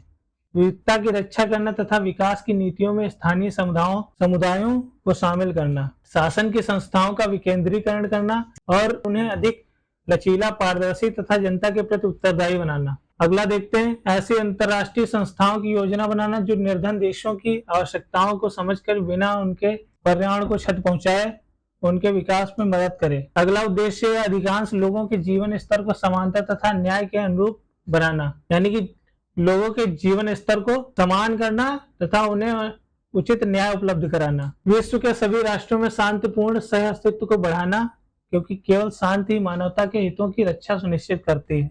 देख लेते हैं सतत विकास है तो अंतरराष्ट्रीय स्तर पर जो प्रयास किए गए हैं। इसमें स्टॉकहोम सम्मेलन आता है जो कि 1972 में आयोजित किया गया। पर्यावरण से संबंधित 26 सिद्धांत और 106 सुझावों को शामिल किया गया था। इसके पश्चात रियो सम्मेलन का आयोजन 1992 में किया गया, जिसमें करीब 188 देशों ने भाग लिया था। यह पर्यावरण संरक्षण तथा पर्यावरण जागरूकता की दृष्टि से अति महत्वपूर्ण है। रियो घोषणा में 27 सिद्धांतों को अपनाया गया था, जिसके प्रमुख बिंदु इस प्रकार हैं। मानव को सतत विकास के केंद्र बिंदु माना जाए, क्योंकि प्रत्येक मानव प्रकृति की अनुरूपता, स्वास्थ्य तथा उत्पादक जीवन का हकदार है। प्रत्येक राष्ट्र को अपनी पर्यावरणीय तथा विकास नीतियों के अनुरूप अपने संसाधनों के उपयोग का अधिकार है, बशर्ते वे पर्यावरण को कोई खतरा न पहुंचाएं। प्रत्येक राष्ट्र अपने विकास के अधिकार का प्रयोग इस प्रकार करे कि वर्तमान तथा भावी पीढ़ियों की आवश्यकताओं तथा पर्यावरण को कोई हानि न पहुंचे। यानी कि वर्तमान पीढ़ी को संसाधनों का समुचित उपयोग करना चाहिए। पर्यावरण संरक्षण विकास प्रक्रिया का एक महत्वपूर्ण अंग होना चाहिए। पर्यावरण संरक्षण को मानव जीवन में शामिल किया जाना चाहिए तथा उसे मानव जीवन का एक महत्वपूर्ण अंग माना जाना चाहिए। सतत विकास की प्राप्ति के लिए निर्धनता दूर करना तथा विषमताओं को कम करना अनिवार्य है। यह सतत विकास के लिए अत्यंत आवश्यक है कि विभिन्न राष्ट्रों द्वारा अपने राष्ट्रों में गरीबी उन्मूलन के विशेष प्रयास किए जाएं और सबको एक समानता के स्तर पर लाने का प्रयास किया जाए। इसके अलावा सतत विकास के लिए समस्याओं के प्रति बेहतर वैज्ञानिक समझ विकसित करने की आवश्यकता है। इसके लिए राष्ट्रों को अपने ज्ञान और तकनीक को आपस में बांटना चाहिए। इसी में कहा गया था कि विकसित देशों द्वारा विकासशील देशों की तकनीकी मदद की जानी चाहिए और इससे संसाधनों की कम से कम बर्बादी होगी और समुचित विकास को बढ़ावा दिया जा सकेगा। इसके अलावा कार्यसूची 21 का संपादन किया गया। कार्यसूची 21 के प्रमुख प्रावधानों को देखते हैं। इसमें पहला प्रावधान है पर्यावरण तथा विकास के मध्य सामंजस्य बनाने के लिए सतत विकास पर राष्ट्रों के मध्य सहयोग विकसित करना। दूसरा है विकासशील देशों की आवश्यकताओं को ध्यान में रखते हुए अंतर्राष्ट्रीय नियमों तथा प्रावधानों को स्पष्ट करना। तीसरा है सतत विकास की प्राप्ति के लिए विकासशील देशों को तकनीकी सहयोग प्रदान करना। इसमें चौथा है सतत विकास की प्राप्ति के लिए विकासशील देशों को तकनीकी सहयोग प्रदान करना। सतत विकास के संबंध में सभी राष्ट्रों के सहयोग से विधि निर्माण हेतु संधियां करना। सतत विकास को राष्ट्रीय कार्यक्रमों के साथ जोड़ना तथा गैर सरकारी संगठनों तथा आम जनता को शामिल करना। सतत विकास पर किसी समझौते में विश्व स्तर पर प्रयास विभिन्न राष्ट्रों की विशेष परिस्थितियों को ध्यान में रखकर करनी चाहिए। इसके अलावा जोहान्सबर्ग समझौता हुआ। जोहान्सबर्ग समझौता 2002 में हुआ। जोहान्सबर्ग दक्षिण अफ्रीका में है। इसकी प्रमुख बातों को देखते हैं। इसमें एजेंडा 21 को लागू करने की प्रतिबद्धता दिखाई गई। सतत विकास की प्राप्ति के लिए गरीबी, भूख, कुपोषण, सैनिक संघर्ष आदि बुराइयों पर काबू पाने की वचनबद्धता दर्शाई गई। प्राकृतिक संसाधनों के संरक्षण में स्थानीय लोगों की महत्वपूर्ण भूमिका को दर्शाया गया। सतत विकास की प्राप्ति के लिए सरकार के साथ साथ गैर सरकारी संगठनों, नागरिक समाज तथा आम व्यक्ति की भूमिका को महत्व दिया गया। जोहान्सबर्ग क्रियान्वयन योजना में सतत विकास के लिए कुछ पैमानों को भी रखा गया था। ये पैमाने हैं सुशासन की स्थापना, गरीबी तथा अभाव से मुक्ति, विश्व शांति, सुरक्षा, स्थायित्व तथा मूल स्वतंत्रताओं और मानव अधिकारों के प्रति सम्मान। सतत विकास की प्राप्ति के लिए नैतिक मूल्यों पर जोर, उपभोग तथा उत्पादन के गैर सतत तरीकों को बदलना, आर्थिक तथा सामाजिक विकास को प्राकृतिक संसाधनों के संरक्षण पर आधारित बनाना। इस प्रकार हम अंतर्राष्ट्रीय स्तर पर किए गए पर्यावरण संरक्षण और जागरूकता के कार्यों देखा। आगे बढ़ते हुए हम पर्यावरण शिक्षा में मीडिया एवं तकनीक का उपयोग समझेंगे। मीडिया को दो भागों में बांटा जाता है, प्रिंट मीडिया और इलेक्ट्रॉनिक मीडिया। किसी समाज के निर्माण में मीडिया की एक महत्वपूर्ण भूमिका होती है। पर्यावरण संरक्षण के मुद्दे पर मीडिया की भूमिका और भी महत्वपूर्ण हो जाती है। प्रिंट मीडिया के अंतर्गत अखबार, पत्रिकाएं, पम्फलेट्स, जर्नल, किताबें, पीरियोडिकल्स आते हैं। ये सभी पर्यावरण संरक्षण में अति महत्वपूर्ण भूमिका निभाते हैं। इलेक्ट्रॉनिक मीडिया के अंतर्गत television, radio, film, video, photography, email, internet सभी आते हैं। इनके द्वारा पर्यावरण संरक्षण तथा जागरूकता के मुद्दों का तेजी से प्रसार किया जा सकता है। हालांकि देखा जाता है कि नई पीढ़ी अखबार पढ़ने में ज्यादा रुचि नहीं रखती है और उन्हें इंटरनेट में इंटरेस्ट है। इसीलिए इंटरनेट वर्तमान की सबसे महत्वपूर्ण जरूरतों में से एक है। इसके अलावा तकनीकी के माध्यम से मीडिया का नवीन रूप उभर कर सामने आता है। इसमें website, email, chat room, web, advertising, digital कैमरे, इंटरनेट, ऑनलाइन प्रोग्राम इत्यादि आते हैं। इन सभी के माध्यम से सूचना का तेजी से प्रसार किया जाता है और वर्तमान पीढ़ी को इन सब में खासी दिलचस्पी भी रहती है। रहने के कारण यह वर्तमान में सबसे महत्वपूर्ण साधन के रूप में उभर कर सामने आता है। इसके अलावा पर्यावरणीय प्रोजेक्टों को देख लेते हैं। में गंगा एक्शन प्लान कि 2 चरणों में चलाया गया है। गंगा एक्शन प्लान की शुरुआत राजीव गांधी सरकार के समय हुई थी। राजीव गांधी ने 14 जून 1986 को वाराणसी में गंगा को निर्मल बनाने के लिए गंगा एक्शन प्लान के रूप में प्लान की शुरुआत की थी। गंगा एक्शन प्लान का उद्देश्य घरेलू मल जल और वर्तमान विषाक्त और औद्योगिक के अवरोधन, डायवर्जन और उपचार द्वारा पानी की गुणवत्ता में सुधार करने के लिए शुरू किया गया था। मतलब कारखानों और घरों से जो अपशिष्ट निकलता है उसे गंगा में बहा दिया जाता था, जिससे गंगा का पानी बहुत प्रदूषित हो गया था। इस पर ध्यान देते हुए राजीव गांधी सरकार द्वारा गंगा एक्शन प्लान की शुरुआत की गई थी। गंगा एक्शन प्लान के दूसरे चरण को देखते हैं। गंगा एक्शन प्लान के दूसरे चरण को सितंबर 1995 में शुरू किया गया था। इस योजना के वास्तविक कार्यान्वयन के लिए सार्वजनिक स्वास्थ्य इंजीनियरिंग विभाग, जल और मल बोर्ड, प्रदूषण नियंत्रण बोर्ड,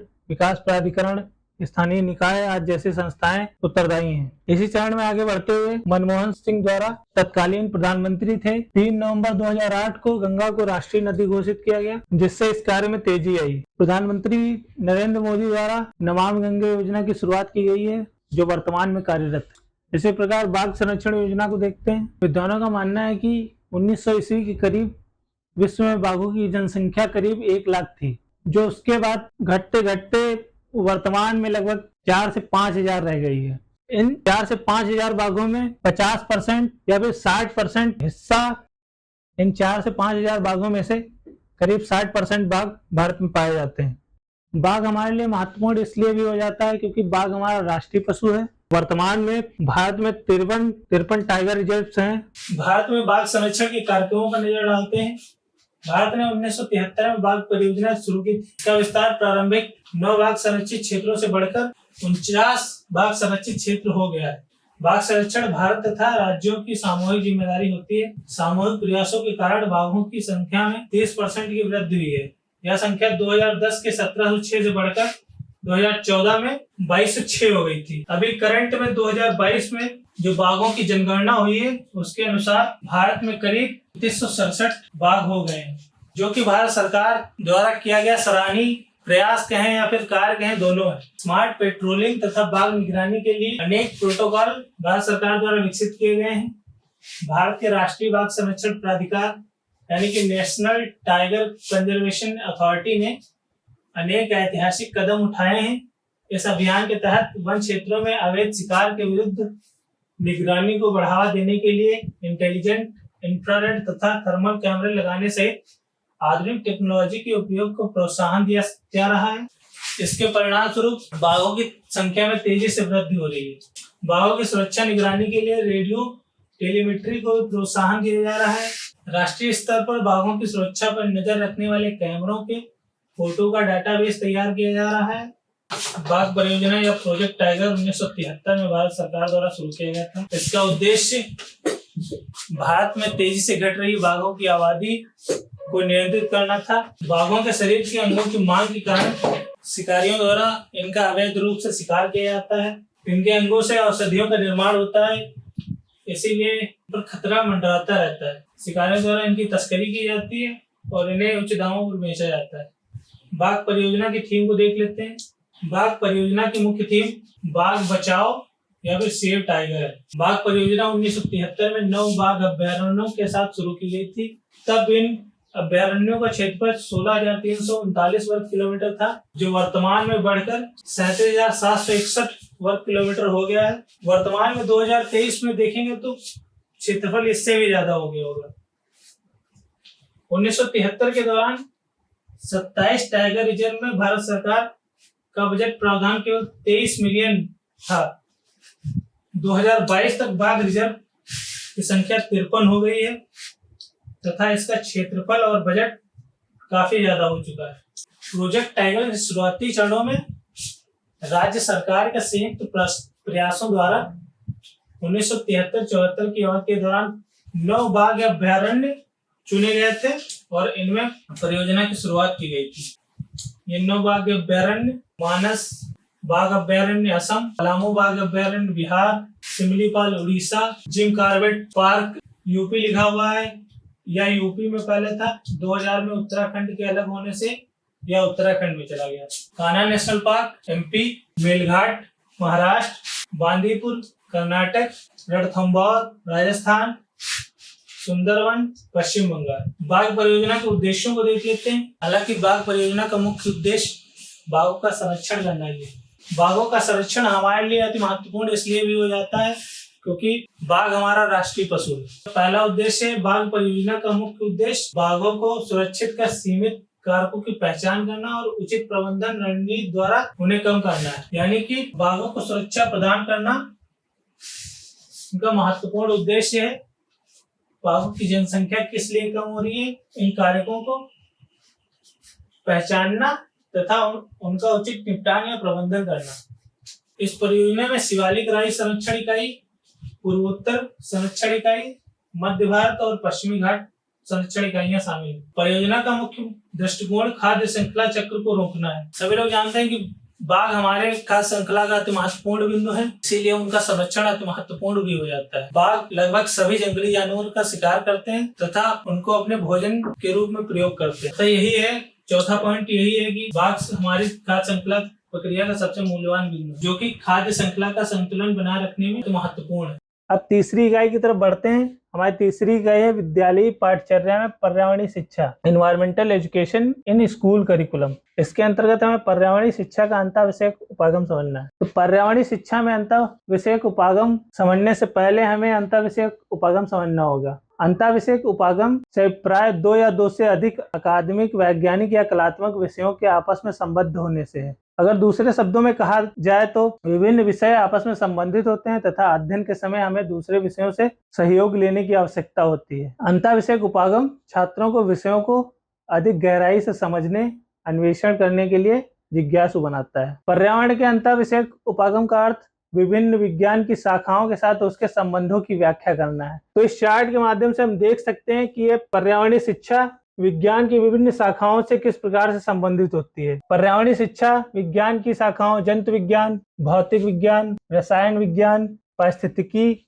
गणित, स्वास्थ्य विज्ञान, वनस्पति विज्ञान, कृषि विज्ञान, इसके अलावा चिकित्सा विज्ञान, मृदा विज्ञान सभी से घनिष्ठ रूप से संबंधित है। जंतु विज्ञान में जंतुओं का अध्ययन होता है, यानी कि पृथ्वी के सारे जीव जंतुओं से संबंधित अध्ययन होता है। पृथ्वी पर रहने वाले ये सभी जीव जंतु पर्यावरण से ही संबंधित होते हैं। भौतिक विज्ञान के अंतर्गत जैसे जो पृथ्वी पर जो जीव जंतु विद्यमान हैं वो गुरुत्वाकर्षण के द्वारा ही पृथ्वी के धरातल से जुड़े रहते हैं। पौधों को भोजन निर्माण में और विभिन्न क्रियाओं में विभिन्न प्रकार के बलों की आवश्यकता पड़ती है।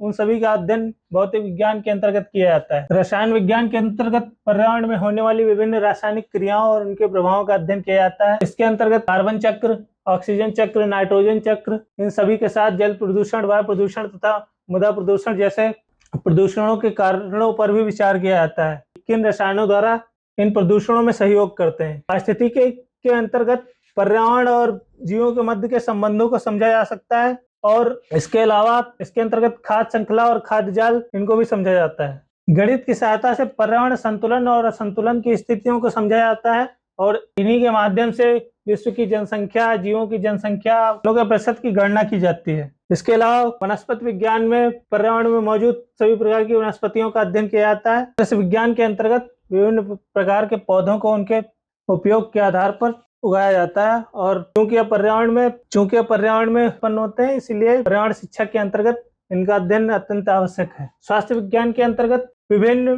प्रदूषणों के कारण मानव जीवन पर पड़ने वाले प्रभावों का समझा जा सकता है। मानव शरीर की संरचना और विभिन्न चीजों के मानव शरीर पर पड़ने वाले प्रभावों को इसके अंतर्गत देखा जा सकता है और यह पर्यावरण शिक्षा के अंतर्गत अत्यंत महत्वपूर्ण है। चिकित्सा विज्ञान के अंतर्गत विभिन्न पौधों, जड़ी बूटियों, वनस्पतियों का अध्ययन किया जाता है जिनकी सहायता से मानव रोगों को समाप्त किया जा सकता है और चूंकि यह पर्यावरण में उत्पन्न होते हैं, इसीलिए पर्यावरण शिक्षा चिकित्सा विज्ञान से घनिष्ठ रूप से संबंधित है। मृदा विज्ञान के अंतर्गत विभिन्न प्रकार की मिट्टियों का अध्ययन किया जाता है। इसमें भारत में ही नहीं, विश्व में पाई जाने वाली विभिन्न प्रकार की मिट्टियों तथा उनमें उगाई जाने वाली विभिन्न प्रकार की वनस्पतियों का अध्ययन होता है। विज्ञान की विभिन्न शाखाओं के अतिरिक्त पर्यावरण अन्य विषयों से भी घनिष्ठ रूप से संबंधित है। साहित्य, व्यावसायिक शिक्षा, भूगोल, समाजशास्त्र, धर्म, राजनीति शास्त्र, शिक्षा शास्त्र, अर्थशास्त्र सभी पर्यावरण से संबंधित हैं। व्यावसायिक शिक्षा में भी कोयला, ईंधन, वन, फसलें, लकड़ी के व्यवसाय का अध्ययन किया जाता है और यह संसाधन प्रकृति से ही प्राप्त होते हैं और पर्यावरण की सहायता में ही पाए जाते हैं। इसके अलावा साहित्य में देखते हैं तो पुराने समय से ही साहित्यिक कृतियों में प्रकृति से संबंधित बिंबों और प्राकृतिक दर्श प्राचीन समय से ही साहित्य में प्रकृति से संबंधित दृश्यों का वर्णन किया जाता रहा है। इसी प्रकार अगर चाहे हम कालिदास की रचनाएं देखें, चाहे हम प्रेमचंद की रचनाएं देखें, या फिर हम सुमित्रानंद पंत की रचनाएं देखें, इनमें प्रकृति को, इनकी रचनाओं में प्रकृति से संबंधित वर्णन किए गए हैं। सुमित्रानंदन पंत को तो प्रकृति का सुकुमार कवि भी कहा जाता है। प्रेमचंद भी, कालिदास ने अपने महाकाव्यों में भी प्रकृति से संबंधित दृश्यों को उकेरा है। इसके अलावा भूगोल प्रकृति से घनिष्ठ रूप से संबंधित है। जलवायु, मौसम और प्राकृतिक संसाधनों, नदियां, भूगोल भी प्रकृति रूप से घनिष्ठ रूप से संबंधित है। हालांकि भूगोल भौतिक और सामाजिक विज्ञानों का मिश्रण है। मानव और पर्यावरण के बीच के संबंध ही इसकी मुख्य विषय वस्तु है। इसके अंतर्गत प्राकृतिक संसाधनों, जलवायु, मौसमी घटनाओं, इन सभी का अध्ययन किया जाता है। धर्म भी पर्यावरण से घनिष्ठ रूप से संबंधित रहता है। भारत में प्राचीन काल से ही प्रकृति को ईश्वर के रूप में पूजा जाता है। प्राचीन भारत में जल, सूर्य, वायु, इन सभी की पूजा का विधान था। समाजशास्त्र भी पर्यावरण से घनिष्ठ रूप से संबंधित है। इसके अलावा अर्थशास्त्र में भी पर्यावरण द्वारा प्रदत्त संसाधनों का अध्ययन किया जाता है। अर्थशास्त्र भी पर्यावरण शिक्षा से संबंधित है। इसी के अंतर्गत संसाधनों के वितरण और बढ़ती जनसंख्या का संसाधनों पर दबाव का अध्ययन किया जाता है। राजनीति शास्त्र भी पर्यावरण से संबंधित है। पर्यावरण के विभिन्न घटकों जैसे देश की प्राकृतिक स्थिति, उसकी नीतियां, शास्त्र भी पर्यावरण से घनिष्ठ रूप से संबंधित है। पर्यावरण के विभिन्न संघटक जैसे जनसंख्या, प्राकृतिक संसाधन, उसकी स्थिति, पर्यावरण से संबंधित नीतियां विभिन्न देशों के साथ उसके संबंधों को प्रभावित करने का कार्य करती है। शिक्षा शास्त्र भी पर्यावरण से संबंधित है। शिक्षा शास्त्र तो सभी विषयों से संबंधित होता है। आगे हम पर्यावरण जागरूकता संबंधी विभिन्न कार्यक्रमों को देखते हैं। अंतर्राष्ट्रीय स्तर पर तथा विभिन्न देशों के द्वारा पर्यावरण संरक्षण से संबंधित विभिन्न कार्यक्रमों का क्रियान्वयन किया जाता है। भारत में भी कई पर्यावरण से संबंधित कार्यक्रमों का क्रियान्वयन किया जा रहा है। इस संबंध में सबसे पहले देखते हैं राष्ट्रीय पर्यावरणीय चेतना अभियान। राष्ट्रीय पर्यावरण जन चेतना अभियान 1986-87 में शुरू किया गया था और भारत सरकार के द्वारा प्रतिवर्ष इसके विषय का चयन किया जाता है। जैसे कि देखते हैं 1986-87 में इसका विषय पर्यावरण के सामान्य पक्ष था, जिसे इंग्लिश में जनरल एस्पेक्ट्स ऑफ एनवायरनमेंट कहा गया। 1987-88 में इसका विषय बाढ़ और सूखा था और इस साल सरकार द्वारा बाढ़ और सूखे के क्षेत्र में काफी कार्य किया गया। इसके अलावा 1988-89 में इसका विषय अपने जल संसाधनों का संरक्षण करे था। 1989-90 में इसका विषय उपरोक्त प्रकार ही, मतलब अपने जल संसाधनों का संरक्षण। जल संसाधनों के अंतर्गत केवल पीने का पानी ही नहीं, बल्कि तालाब, जलाशय, झील, नदियां, सभी प्रकार के संसाधनों का संरक्षण करना था। इसके अलावा 1990 से 91 के बीच पर्यावरण बचाओ, स्वयं को बचाओ, इसका विषय था। 1991-92 में इसका विषय विश्व पर्यावरण समस्याओं में जनता की भागीदारी था। 1992-93 में इसका विषय जैविक विविधता। 1993-94 में इसका विषय पशु कल्याण और अपशिष्ट प्रबंधन था। इसके अलावा 1994-95 में इसका विषय संयुक्त वन प्रबंधन, पारिस्थितिकी विकास और मॉन्ट्रियल प्रोटोकॉल था। 1995-96 में इसका विषय महिलाएं एवं पर्यावरण था। 1996-97 में इसका विषय औषधीय पौधे, इनका संरक्षण और इनका चुनाव था। 1997-98 में इसका विषय प्रदूषण बचाव, नियंत्रण तथा वृक्षारोपण संरक्षण था। इसके अलावा 1998-99 में इसका विषय अपने जल स्रोतों को साफ रखें। 1999-2000 में इसका विषय अपने पर्यावरण को साफ एवं हरा रखें था। इसी प्रकार 2001 और 2002 के बीच में इसका लक्ष्य सतत विकास था। सतत विकास तो आपको पता ही होगा, सतत विकास को आगे बढ़ेंगे। इसके अलावा 2002 और 2003 के बीच इसका विषय जल जीवन का अमृत था। इसी प्रकार प्रतिवर्ष इसके विषय का चयन किया जाता है। लास्ट में अगर हम देखते हैं 2014 और 2015 के बीच इसका विषय मरुस्थलीकरण, भूमि अवनयन तथा सूखे से बचाव था। इसके अलावा अगर हम दूसरा कार्यक्रम इसके अलावा दूसरा कार्यक्रम पर्यावरण वाहिनी का गठन है। सन 1992 में देश के 25 राज्यों तथा 4 केंद्र शासित प्रदेशों में 100 जिलों में पर्यावरण वाहिनियों का गठन किया गया। तो हम चौथी यूनिट पे आएंगे, यूनिट 4। हमारी यूनिट 4 है पर्यावरण शिक्षा में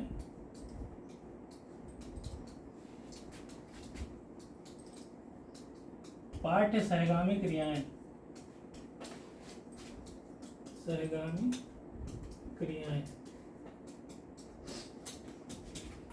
यानी कि role of CCAs in environment education.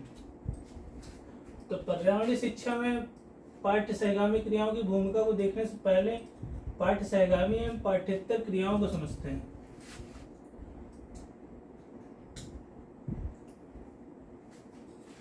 पाठ्य सहगामी क्रियाएं पर्यावरण शिक्षा की अधिकांश शिक्षण विधियों से ज्ञानात्मक तथा बोधात्मक उद्देश्यों की प्राप्ति की जा सकती है, जबकि पर्यावरण शिक्षा में क्रियात्मक पक्ष का भी महत्वपूर्ण स्थान है। पाठ्य सहगामी क्रियाओं का तात्पर्य शिक्षकों के निर्देशन एवं सहायता से छात्रों द्वारा विद्यालय के बाहर संपादित की जाने वाली उन क्रियाओं या कार्यक्रमों से है जिन्हें शिक्षा के प्रमुख उद्देश्य तथा बालकों के सर्वांगीण विकास की पूर्ति करने के लिए पाठ्यक्रम का अभिन्न अंग माना जाता है। यानी कि पाठ्य सहगामी क्रियाओं से तात्पर्य है शिक्षा के साथ साथ चलने वाली वह गतिविधियां जिनसे छात्र के शारीरिक, मानसिक, सांस्कृतिक, सामाजिक सभी प्रकार के विकास को गति मिलती है।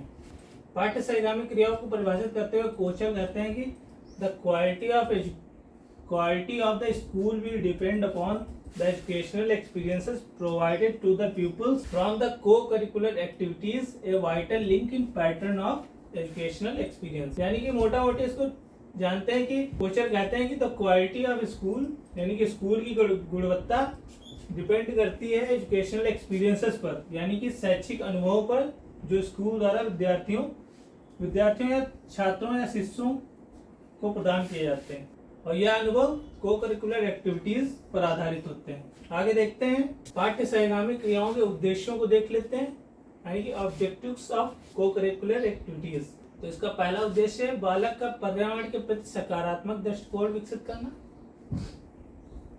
बालक की पर्यावरण के प्रति रुचि उत्पन्न करना, बालक के भीतर स्वानुशासन जगाना, बालक को खाली समय का सदुपयोग सिखाना, बालक के भीतर सामुदायिक भावना का विकास करना, बालक में आज्ञा पालन, सहनशीलता, आत्मनियंत्रण आदि गुण विकसित करना। आज्ञा पालन मतलब शिक्षकों और अभिभावकों की आज्ञा को मानना, सहनशीलता मतलब जो एंगर इश्यूज होते हैं स्टूडेंट्स में उनको कम करना, आत्मनियंत्रण अपने कार्यों पर नियंत्रण करना और अपनी इंद्रियों को नियंत्रित करना, बालक को स्वयं अपने उत्तरदायित्वों के प्रति सजग बनाना। बालकों के कुछ उद्देश्य होते हैं, उन उद्देश्यों के प्रति सजगता यानी कि अवेयरनेस होनी चाहिए। बालक को आत्मविश्वास के साथ कार्य करना सिखाना, बालक में टीम भावना का विकास करना। टीम भावना यानी कि अकेले कोई काम न करके समूह में कार्य करना, और समूह में कार्य करने के लिए आपसी सहयोग की अत्यंत आवश्यकता होती है। पर्यावरण प्रदूषण मानव के लिए घातक बनता जा रहा है, इसीलिए बालकों में छोटे पर से ही पर्यावरण प्रदूषण और पर्यावरण से संबंधित विभिन्न मुद्दों पर जागरूकता अत्यंत आवश्यक हो जाती है। बालक को वन्य जीव संरक्षण को समझाना, यानी कि जो मानव विकास के कारण बहुत से ऐसे जीव हैं, मानव विकास ही नहीं कह सकते, बहुत से अन्य कारक भी होते हैं जिससे बहुत से पृथ्वी के जीव विलुप्त होते जा रहे हैं। तो उनके संरक्षण के लिए बालक में सजगता लाना, बालक को वृक्षारोपण के महत्व को समझाना, वृक्ष और वृक्षारोपण के महत्व को समझाना, बालक को सामुदायिक कार्यों में प्रेरित करना। सामुदायिक मतलब कई ऐसे कार्य होते हैं जो समूह में किए जाते हैं और जन कल्याण उनका मुख्य उद्देश्य होता है। तो बालकों में सामुदायिक कार्यों हेतु प्रेरणा उत्पन्न करना। तो आगे देख लेते हैं पर्यावरण शिक्षा की पाठ्य सहगामी पाठ्योत्तर क्रियाओं के प्रकारों को देख लेते हैं। प्रोजेक्ट को छात्रों द्वारा किया जाता है पर इसमें शिक्षक का निर्देशन शामिल होता है। बौद्धिक समागम के अंतर्गत निम्नलिखित क्रियाएं आती हैं। संगोष्ठी, संगोष्ठी जैसे हम पहले पढ़ चुके हैं। सेमिनार क्या होता है? विचार गोष्ठी होता है, सिम्पोसिया जिसे कहते हैं, कार्यशाला इसके अंतर्गत आती है, वर्कशॉप, कॉन्फ्रेंस आते हैं, सामूहिक परिचर्चा विधि आती हैं, वाद विवाद होता है, जैसे कि पर्यावरण से संबंधित कुछ मुद्दों पर चर्चाएं की जाती हैं, जिसमें कुछ तर्क पक्ष में रखे जाते हैं, कुछ विपक्ष में तर्क रखे जाते हैं तथा उनका विश्लेषण किया जाता है। विशेष व्याख्यान भी होते हैं, जिससे पर्यावरण से संबंधित जो अति संवेदनशील मुद्दे होते हैं उनके लिए विशेष व्याख्यानों की आवश्यकता होती है। मानसिक उद्वेलन मतलब ब्रेन स्टॉर्मिंग भी इसकी एक मतलब क्रिया है। इसके अलावा पर्यावरण के लिए पर्यटन अत्यंत महत्वपूर्ण गतिविधि हो जाती है। पर्यटन होता है फील्ड आउटरीच एंड, ये विस्तारित जिसको बोलते हैं, ये एक्सटेंशन एक्टिविटीज हैं, यानी कि जो विभिन्न जगहों पर जाकर विभिन्न मुद्दों को समझना, ये पर्यावरण पर्यटन के अंतर्गत आता है। इको क्लब्स होते हैं, प्राकृतिक क्लब, इको क्लब लगभग एक जैसे होते हैं। तो क्लब्स में जो सदस्य होते हैं जो आपस में चर्चा करते हैं तथा विभिन्न मुद्दों को सॉल्व करने का प्रयास करते हैं, मतलब समस्या समाधान क्लब्स का उद्देश्य होता है। ज्वलंत पारिस्थितिकी समस्याओं से संबंधित समस्या समाधान गतिविधि, इसके अंतर्गत कई गतिविधियां आती हैं। ज्वलंत पारिस्थितिक समस्याओं से तात्पर्य ऐसा है कि जो जल्दी में मुद्दा उठा हो, जैसे कि किसी जंगल में आग लग गई है तो वो जंगल की आग मनुष्य के लिए तथा पर्यावरण के लिए अत्यंत हानिकारक है।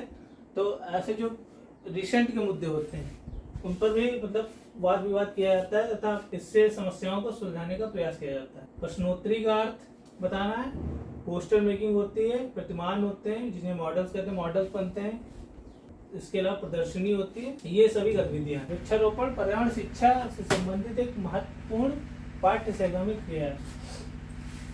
तो वृक्षारोपण के उद्देश्य, वृक्षारोपण के उद्देश्यों को समझने से पहले समझ लेते हैं कि वृक्षारोपण की आवश्यकता क्यों पड़ती है।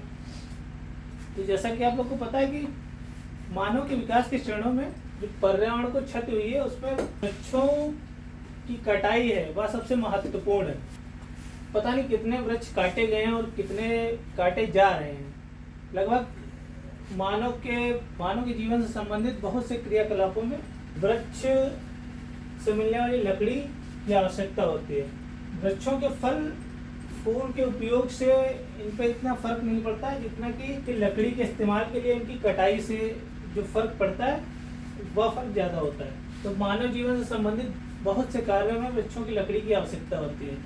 अब जैसे हम पढ़ते हैं हमें मेज की आवश्यकता होती है, तो फिर मेज लकड़ी से बनती है और लकड़ी के लिए हमें वृक्ष काटने की आवश्यकता ही पड़ती है। तो इसमें ऐसा भी किया जाता है कि वृक्ष की कुछ शाखाओं को काट लिया जाता है, पर वह कार्य बहुत ही कम होते हैं और हमेशा पूरे वृक्ष को जड़ से काट दिया जाता है और वह दोबारा उग नहीं पाता है।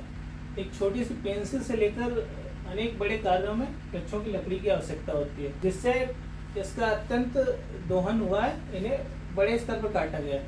अगर हम अंग्रेजों के समय देखते हैं तो पहले जो रेल के स्लीपर हैं वो तो अब तो लकड़ी के बनने लगे। जो प्रारंभ में जब 1853 से जब भारत में रेल की शुरुआत हुई तो उस समय जो रेलवे के स्लीपर थे, स्लीपर यानी कि जो पटरी के नीचे जो तख्ते बिछाए जाते हैं, तो उन्हें बनाने के लिए बहुत ही बड़े स्तर पर वृक्षों को काटा गया। वह परंपरा बाद तक चलती रही। हालांकि भारत सरकार द्वारा काफी टाइम से निर्णय लिया गया कि स्लीपर्स को लकड़ी का ना बनाकर पत्थर का बनाया जाए, जिससे इस कार्य में जो वृक्षों की जो उपयोगिता कह लें या फिर महत्व तो नहीं कह सकते, यानी कि आवश्यकता कम हुई है, जिससे इनका दोहन भी कम हुआ है।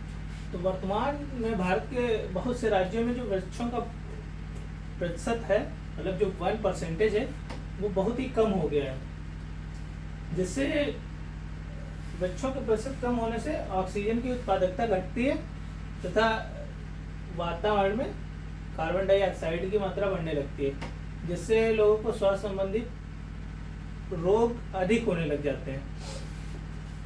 तो वृक्षारोपण इसलिए भी जरूरी है। वर्तमान में अगर भारत की बात की जाए तो जो नॉर्थ ईस्ट के स्टेट्स हैं उनमें जो 1% है वो काफ़ी ठीक है, ठीक ही कह सकते हैं, क्योंकि बहुत अच्छा 1% कहीं भी नहीं रह गया। तो विकास की अंधी दौड़ ने पर्यावरणीय संसाधनों का इतना दोहन किया है जिनमें वृक्ष भी शामिल है।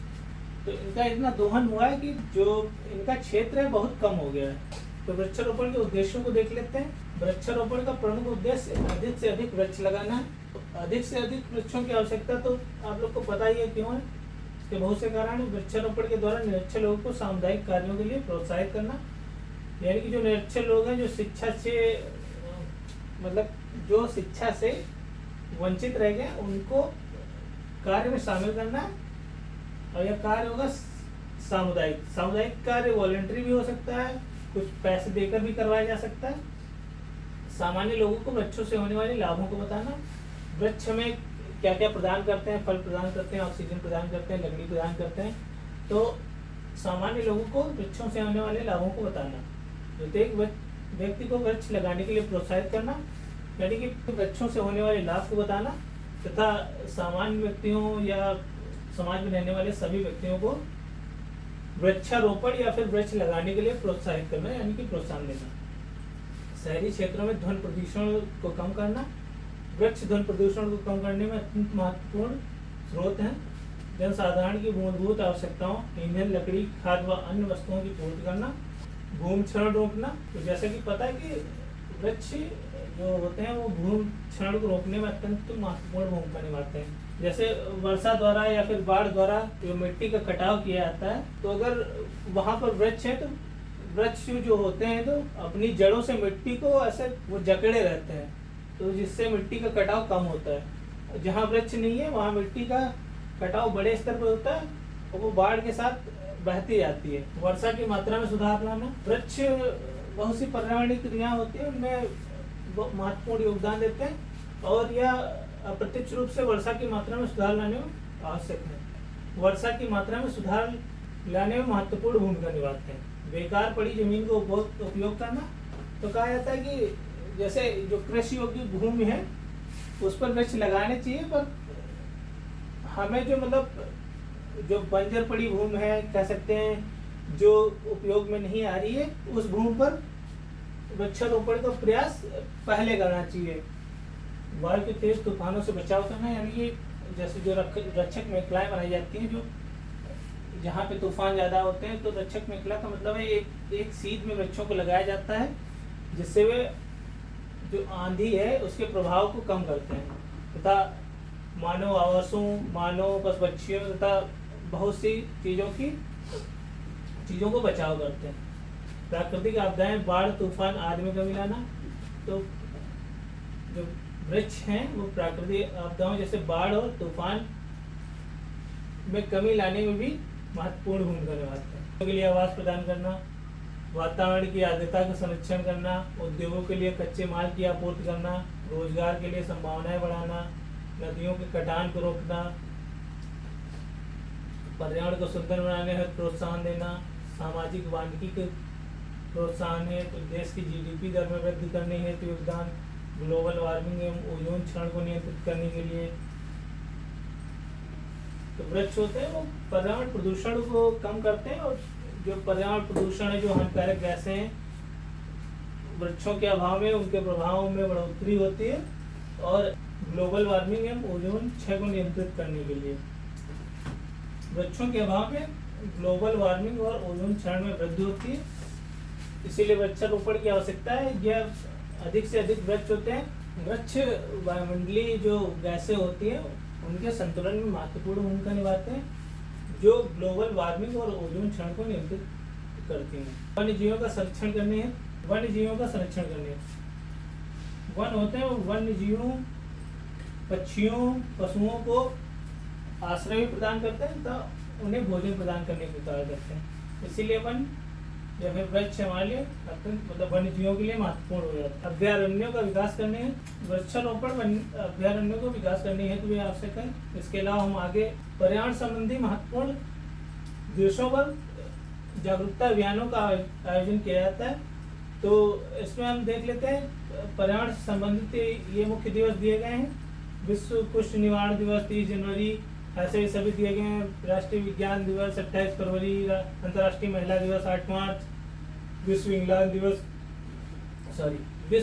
दिवस 15 मार्च, विश्व वन्यजीव दिवस 21 मार्च, ऐसे ये सभी दिवस दिए गए हैं, तो ये आप कहीं से भी पढ़ सकते हैं, हमारी बुक से पढ़ सकते हैं। हाँ, तो ये जागरूकता प्रोग्राम जो होते हैं, तो ये जन साधारण में एक नई सोच विकसित करने का कार्य करते हैं, जिससे वे पर्यावरण से संबंधित मुद्दों पर एक विशेष तरीके से सोचने में सक्षम हो पाते हैं। इसके अलावा जो पर्यावरण शिक्षा से संबंधित एक और महत्वपूर्ण पाठ्य सहगामी क्रिया है, वो सामुदायिक कार्य है। सामुदायिक कार्य को कम्युनिटी वर्क, तो सामुदायिक कार्य से ही मतलब समझ में आ जाता है कि समुदाय मतलब जैसे जन समूह जो होता है। सामुदायिक कार्य भी पर्यावरण शिक्षा से संबंधित एक महत्वपूर्ण पाठ्य सहगामी क्रिया है। ये सामुदायिक सेवा के क्रियाकलाप हैं। सामुदायिक सेवा के क्रियाकलापों को देखने से पहले समझ लेते हैं कि सामुदायिक कार्य होते क्या हैं।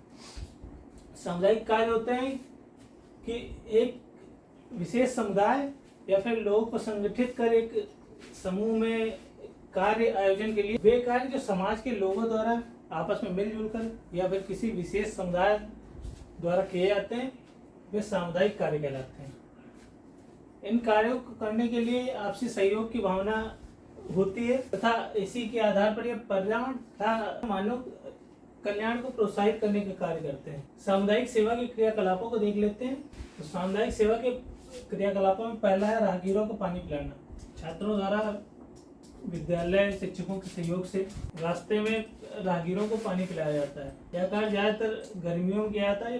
तेज धूप होती है तथा जो रास्ते में चलने वाले लोग हैं उनको अत्यधिक प्यास लगी होती है तथा हर जगह पानी उपलब्ध नहीं हो पाता है, तो उनकी सुविधा के लिए विद्यालय द्वारा छात्रों की मदद से यह कार्य किए जाते हैं। इसके अलावा दूसरी गतिविधि को देख लेते हैं, प्राकृतिक आपदाओं से पीड़ित व्यक्तियों की सहायता करना। प्राकृतिक आपदाओं मतलब जैसे बाढ़, सूखा, भूकंप, इन जैसी समस्याओं के समय विद्यालय द्वारा छात्रों के माध्यम से प्रयास किए जाते हैं तथा पीड़ितों को सहायता उपलब्ध कराई जाती है। जैसे बाढ़ के समय पीड़ितों के लिए भोजन की व्यवस्था की जा सकती है, उनके लिए बचाव कार्यों में उन्हें उस जगह से निकाला जा सकता है, उन्हें आवास प्रदान किए जा सकते हैं। इसके अलावा गरीबों के लिए रैन बसेरों की व्यवस्था करना। समाज में ऐसे कई लोग होते हैं जिनके पास घर नहीं होता, जो वंचित रह गए हैं, जिनके पास घर नहीं होता, जिनके पास भोजन की व्यवस्था नहीं होती है। तो गर्मी में तो उन्हें ज़्यादा दिक्कतों का सामना नहीं करना पड़ता, पर ठंडी और बरसात के मौसम में उन्हें काफ़ी समस्याओं का सामना करना पड़ता है। आपने ऐसे कई लोग देखे होंगे जो रोड पे बैठे ठिठुरते रहते हैं, ठंडी में भी रोड पे सो जाते हैं, जिनके पास कंबल नहीं होता, जिनके पास कपड़े नहीं होते, जिनके पास भोजन नहीं होता। तो विद्यालय के माध्यम से छात्रों के द्वारा रैन बसेरों की व्यवस्था की जाती है। इसके अलावा विभिन्न पर्यावरण जागरूकता कार्यक्रमों का प्रचार करना। इसके अंतर्गत भी कई कार्यक्रम आते हैं। रक्तदान मेलों का आयोजन करना तथा रक्तदान हेतु जनसाधारण को प्रोत्साहित करना। रक्तदान को महादान कहा जाता है क्योंकि मनुष्य के शरीर में अगर रक्त नहीं होगा तो फिर मनुष्य का शरीर निर्जीव हो जाएगा। इसीलिए जैसे दुर्घटना से पीड़ित लोग होते हैं या फिर किसी बीमारी से ग्रसित लोग होते हैं, उनको रक्तदान की आवश्यकता होती है तथा छात्रों द्वारा तथा छात्रों के अलावा जन साधारण के द्वारा भी रक्तदान किया जाता है तथा छात्रों में इसको कह सकते हैं भावनात्मक विकास के लिए सामुदायिक कार्यों की आवश्यकता होती है और इनमें रक्तदान एक महत्वपूर्ण कार्यक्रम है। इसके अलावा खाली स्थानों पर वृक्षारोपण करना। वृक्षारोपण तो हमने पहले डिटेल में पढ़ लिया है। वृक्षारोपण से होने वाले लाभ क्या होते हैं तथा वृक्षारोपण की आवश्यकता क्यों है। इसके अलावा सातवां है निरीक्षा उन्मूलन कार्यक्रम चलाना, यानी कि जो आज के लोग हैं उनको शिक्षा की आवश्यकता से परिचित कराना। हालांकि सभी को शिक्षा की आवश्यकता के बारे में पता है कि शिक्षा के अभाव में मनुष्य जीवन की कितनी अवसरों से वंचित रह जाता है तथा जो बहुत से ऐसे कार्य होते हैं वो करना चाहता है फिर भी वह नहीं कर पाता है। जैसे कि आप कभी न कभी बैंक गए होंगे, बहुत से बूढ़े बुजुर्ग लोग मिल जाते हैं जो पैसे निकालने तो आते हैं पर उनको विड्रॉल फॉर्म नहीं भरने आता है, तो वो दूसरे से फॉर्म भरवाते हैं तथा तभी पैसे निकाल पाते हैं। ऐसे हमारे जीवन में बहुत से छोटे बड़े कार्य होते हैं जिनके लिए हमें शिक्षा की आवश्यकता होती है तथा शिक्षा के अभाव में वह अपने आप न करके दूसरों पर निर्भर होना पड़ता है। तो आठवां, किसी विशिष्ट क्षेत्र में प्रदूषण व जल से संबंधित समस्याओं को हल करने के लिए कार्यक्रम का क्रियान्वयन करना। तो विशेष क्षेत्र में प्रदूषण व जल से संबंधित समस्याओं का समाधान करने के लिए भी कार्यक्रम चलाए जाते हैं। इसके अलावा विशिष्ट पर्यावरण दिवसों को मनाकर लोगों में पर्यावरण के प्रति जागरूकता पैदा करना। जो विशेष पर्यावरणीय दिवस होते हैं उनके लिए भी कार्यक्रम चलाने की आवश्यकता होती है। जैसे इसके अंतर्गत मृदा दिवस हो गया, जल दिवस हो गया, वन दिवस हो गया, ये सभी पर्यावरण से संबंधित विशिष्ट दिवस हैं। इन पर पर्यावरण से संबंधित विशिष्ट सामुदायिक कार्यक्रमों को चलाया जाता है तथा उनके माध्यम से पर्यावरण से संबंधित या कह लें कि पर्यावरण से संबंधित जैसे मृदा विशिष्ट तत्व है पर्यावरण का, इसके संरक्षण के लिए, इसके दुरुपयोग के लिए लोग को जागरूक करना। इसी प्रकार जल से संबंधित मुद्दों, जल प्रदूषण, जल के समुचित उपयोग, जैसे वन की कटाई को रोकना, वन संरक्षण कैसे किया जा सकता है, वनों का परसेंटेज कितना होना चाहिए, इन सभी समस्याओं पर विचार किया जाता है। विभिन्न बीमारियों से ग्रस्त लोगों की सेवा करना इत्यादि। इसके अंतर्गत जो बीमार लोग हैं, जो बीमारी से पीड़ित लोग हैं, उनको सहायता उपलब्ध कराना। वह सहायता भोजन के माध्यम से हो सकती है, वह सहायता शारीरिक हो सकती है, उन्हें कपड़े देकर सहायता की जा सकती है। ऐसे कई तरीके हैं। आगे सामुदायिक कार्यों से होने वाले लाभों को देख लेते हैं। सामुदायिक कार्य बालक के व्यक्तित्व को पूर्णता प्रदान करते हैं। हालांकि सामुदायिक कार्य को भावनात्मक विकास से जोड़कर देखा जा सकता है, पर यह बालक के व्यक्तित्व के विभिन्न पहलुओं पर प्रकाश डालता है या फिर विभिन्न पहलुओं के विकास में महत्वपूर्ण भूमिका निभाते हैं। दूसरा, सामाजिक कार्य को पूर्ण करने के लिए धन नहीं व्यय करना पड़ता है, यानी कि विद्यालय के माध्यम से अगर ये कार्य किए जाते हैं तो छात्रों को इसके लिए धन व्यय करने की आवश्यकता नहीं पड़ती है।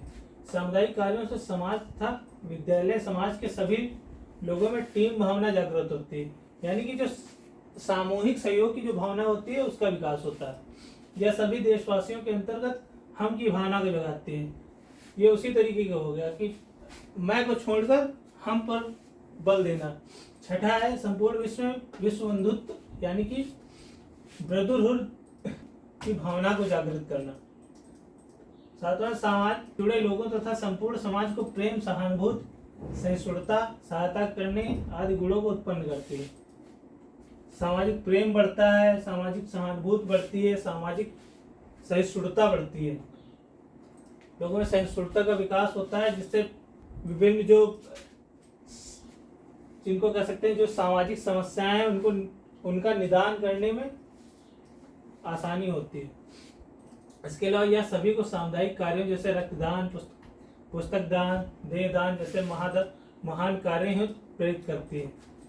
रक्तदान पढ़ लिया हमने, पुस्तक दान यानी कि पुस्तक को दान करना, देहदान मतलब व्यक्ति अपनी मृत्यु से पहले कुछ फॉर्म भरता है और यह कहता है कि उसकी मृत्यु के बाद उसके जो विभिन्न अंग हैं जो प्रयोग में लाए जा सकते हैं वह उनका दान करता है, तथा जो उन अंगों से जो पीड़ित लोग हैं कह सकते हैं जिनके वो उन अंगों में दिक्कत है वह उन्हें दान किए जाते हैं तथा उन्हें एक नया और स्वस्थ जीवन मिलता है। इसके अलावा सभी देशवासियों में पर्यावरण के विभिन्न घटकों के प्रति जागरूकता विकसित होती है। हमारे ग्रह पृथ्वी पर रहने वाले समस्त मानवों के भीतर ग्लोबल भावना का विकास करती है। ग्लोबल भावना यानी कि वही सामाजिक सहयोग, आपसी जो संबंध है वो मधुर होते हैं।